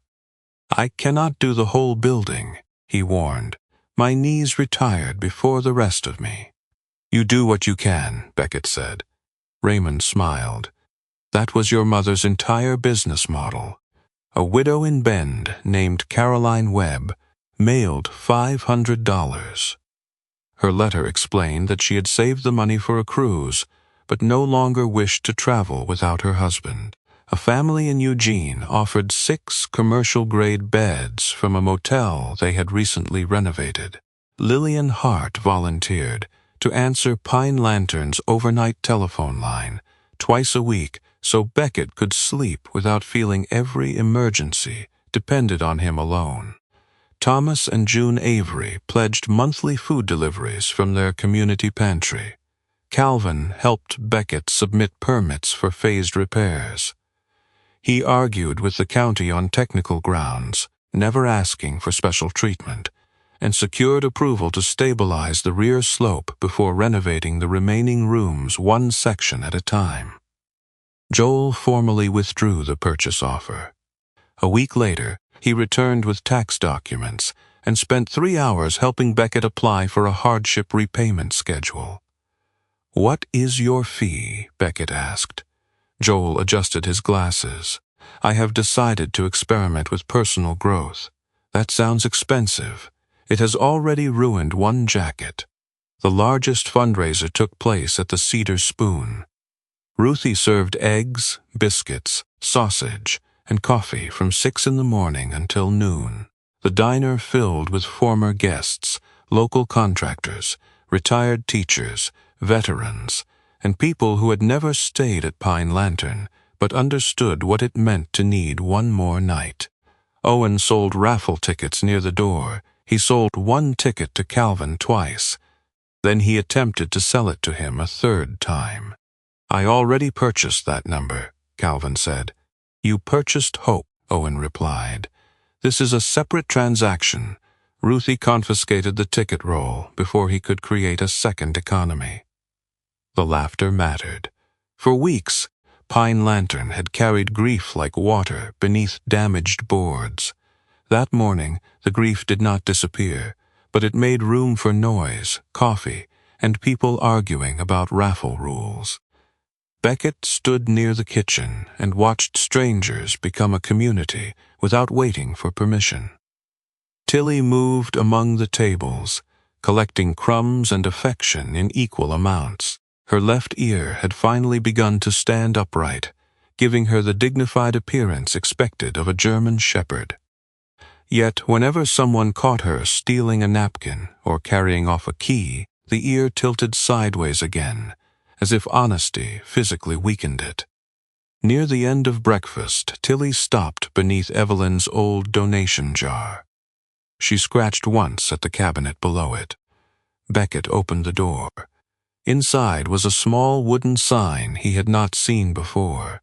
The paint had faded, but his mother's handwriting remained visible. No one should make a final decision on the worst night of their life. The room fell quiet as Beckett carried it out. Nell touched the words with 2 fingers. She painted that after Adrian died, she said. Beckett had expected another blow from the past. Instead, he felt something shift. His mother had not turned grief into a shrine. She had turned it into a rule that might protect the next person. He mounted the sign behind the registration desk that afternoon. Over the following months, Pine Lantern changed slowly. 8 rooms operated at normal rates, generating enough income to support repairs and staff. 2 rooms were offered at reduced prices to older travelers with limited income. Room 11 became part of a partnership with Cedar Vale Regional Hospital and a Veterans Assistance Group, providing temporary lodging for people waiting for services, transportation, or family support. Room 12 remained different. It was reserved for emergency nights when someone had nowhere safe to go and no clear idea what morning would bring. Beckett refused to repeat the old system of silent sacrifice. Every guest staying without payment received help contacting family, medical care, legal aid, housing services, or community programs. Pine Lantern could offer shelter, but it would not pretend one room could solve a lifetime alone. Nell moved into room 12 while her leg healed. When Beckett offered her a permanent role managing the evening desk, she insisted she would work only 3 nights each week. No one ever discovered which 3. Owen repaired pipes in exchange for a reduced room rate and gradually began receiving survivor benefits that Ruthie helped him apply for. Calvin visited every Friday to check the foundation and pretend he had not come for pie. Joel remained the motel's unpaid advisor, though he described this as a temporary error in judgment. Beckett signed Tilly's adoption papers at Lena Caro's clinic. When Lena handed him the certificate, Tilly stole the pen. "Stable home?" Lena asked. Beckett looked at the puppy hiding beneath his chair with blue ink on her tongue. "We are negotiating the definition." Late one autumn night, months after the repairs began, headlights entered the parking lot. An old sedan stopped outside the office. The driver was a man in his early 70s with a thin frame, gray skin, and a deeply lined face. His white hair had grown past his collar, and his brown jacket hung loosely from narrow shoulders. His hands trembled as he placed cash on the counter. "I only need a few hours," he said. "I will leave before breakfast." Beckett noticed a hospital bracelet beneath his sleeve. He did not ask for the story. Tilly walked past rooms 2, 5, and 8. All were empty. She stopped at room 12 and lay across the threshold. Beckett took the key from its hook. "The rate can wait until morning." The man looked at the few bills in his hand. "What if morning comes and I still cannot pay?" Behind Beckett, Evelyn's sign caught the soft office light. He thought of Adrian in the rain, of Nell holding a key she believed she did not deserve, of his parents waiting beside doors they could not force anyone to enter. "Then we will talk in the morning," Beckett said. The man's shoulders lowered by a fraction. Sometimes relief arrived so quietly that only a dog noticed. After the guest entered room 12, Beckett sat on the walkway with Tilly beside him. The night slowly faded over the pines. Pale gold light touched the blue doors, the repaired roof, and the restored lantern sign above the road. For years, Beckett had believed his parents loved the motel more than they loved their son. Now he understood. They had never loved the rooms for their walls, beds, or faded curtains. They loved the sound of a key turning when a frightened person had begun to believe every door was locked. Tilly leaned against his knee. Inside room 12, the old man's restless movements gradually stopped. His breathing became slow and even. There was no treasure beneath the floor. There was no miracle hidden in the walls. There was only a human being who had survived one more night. And sometimes that was the greatest thing a roof could do. Sometimes the greatest miracles do not arrive with thunder, bright lights, or answers written across the sky. Sometimes a miracle is only a small dog scratching behind a locked door. Sometimes it is an old motel that still has one empty room when a weary traveler has nowhere else to go. And sometimes it is God quietly placing the right person in our path before we even understand that we are lost. Beckett believed he had returned to Oregon to sell a building and close a painful chapter of his life. Instead, he discovered that healing does not always mean forgetting the past. Sometimes healing begins when we finally open the door we have spent years avoiding. Nell carried guilt for one night she could not change. Beckett carried regret for all the days he had stayed away. Both of them believed their mistakes had made them unworthy of forgiveness. But grace does not ask how long we have wandered. It only asks whether we are willing to come home. That may be the lesson Pine Lantern leaves with us. We cannot save every person. We cannot repair every wound. We cannot always arrive in time. But we can keep one door open. We can make one phone call. We can sit beside someone who is afraid. We can listen when an elderly parent says everything is fine and gently ask again.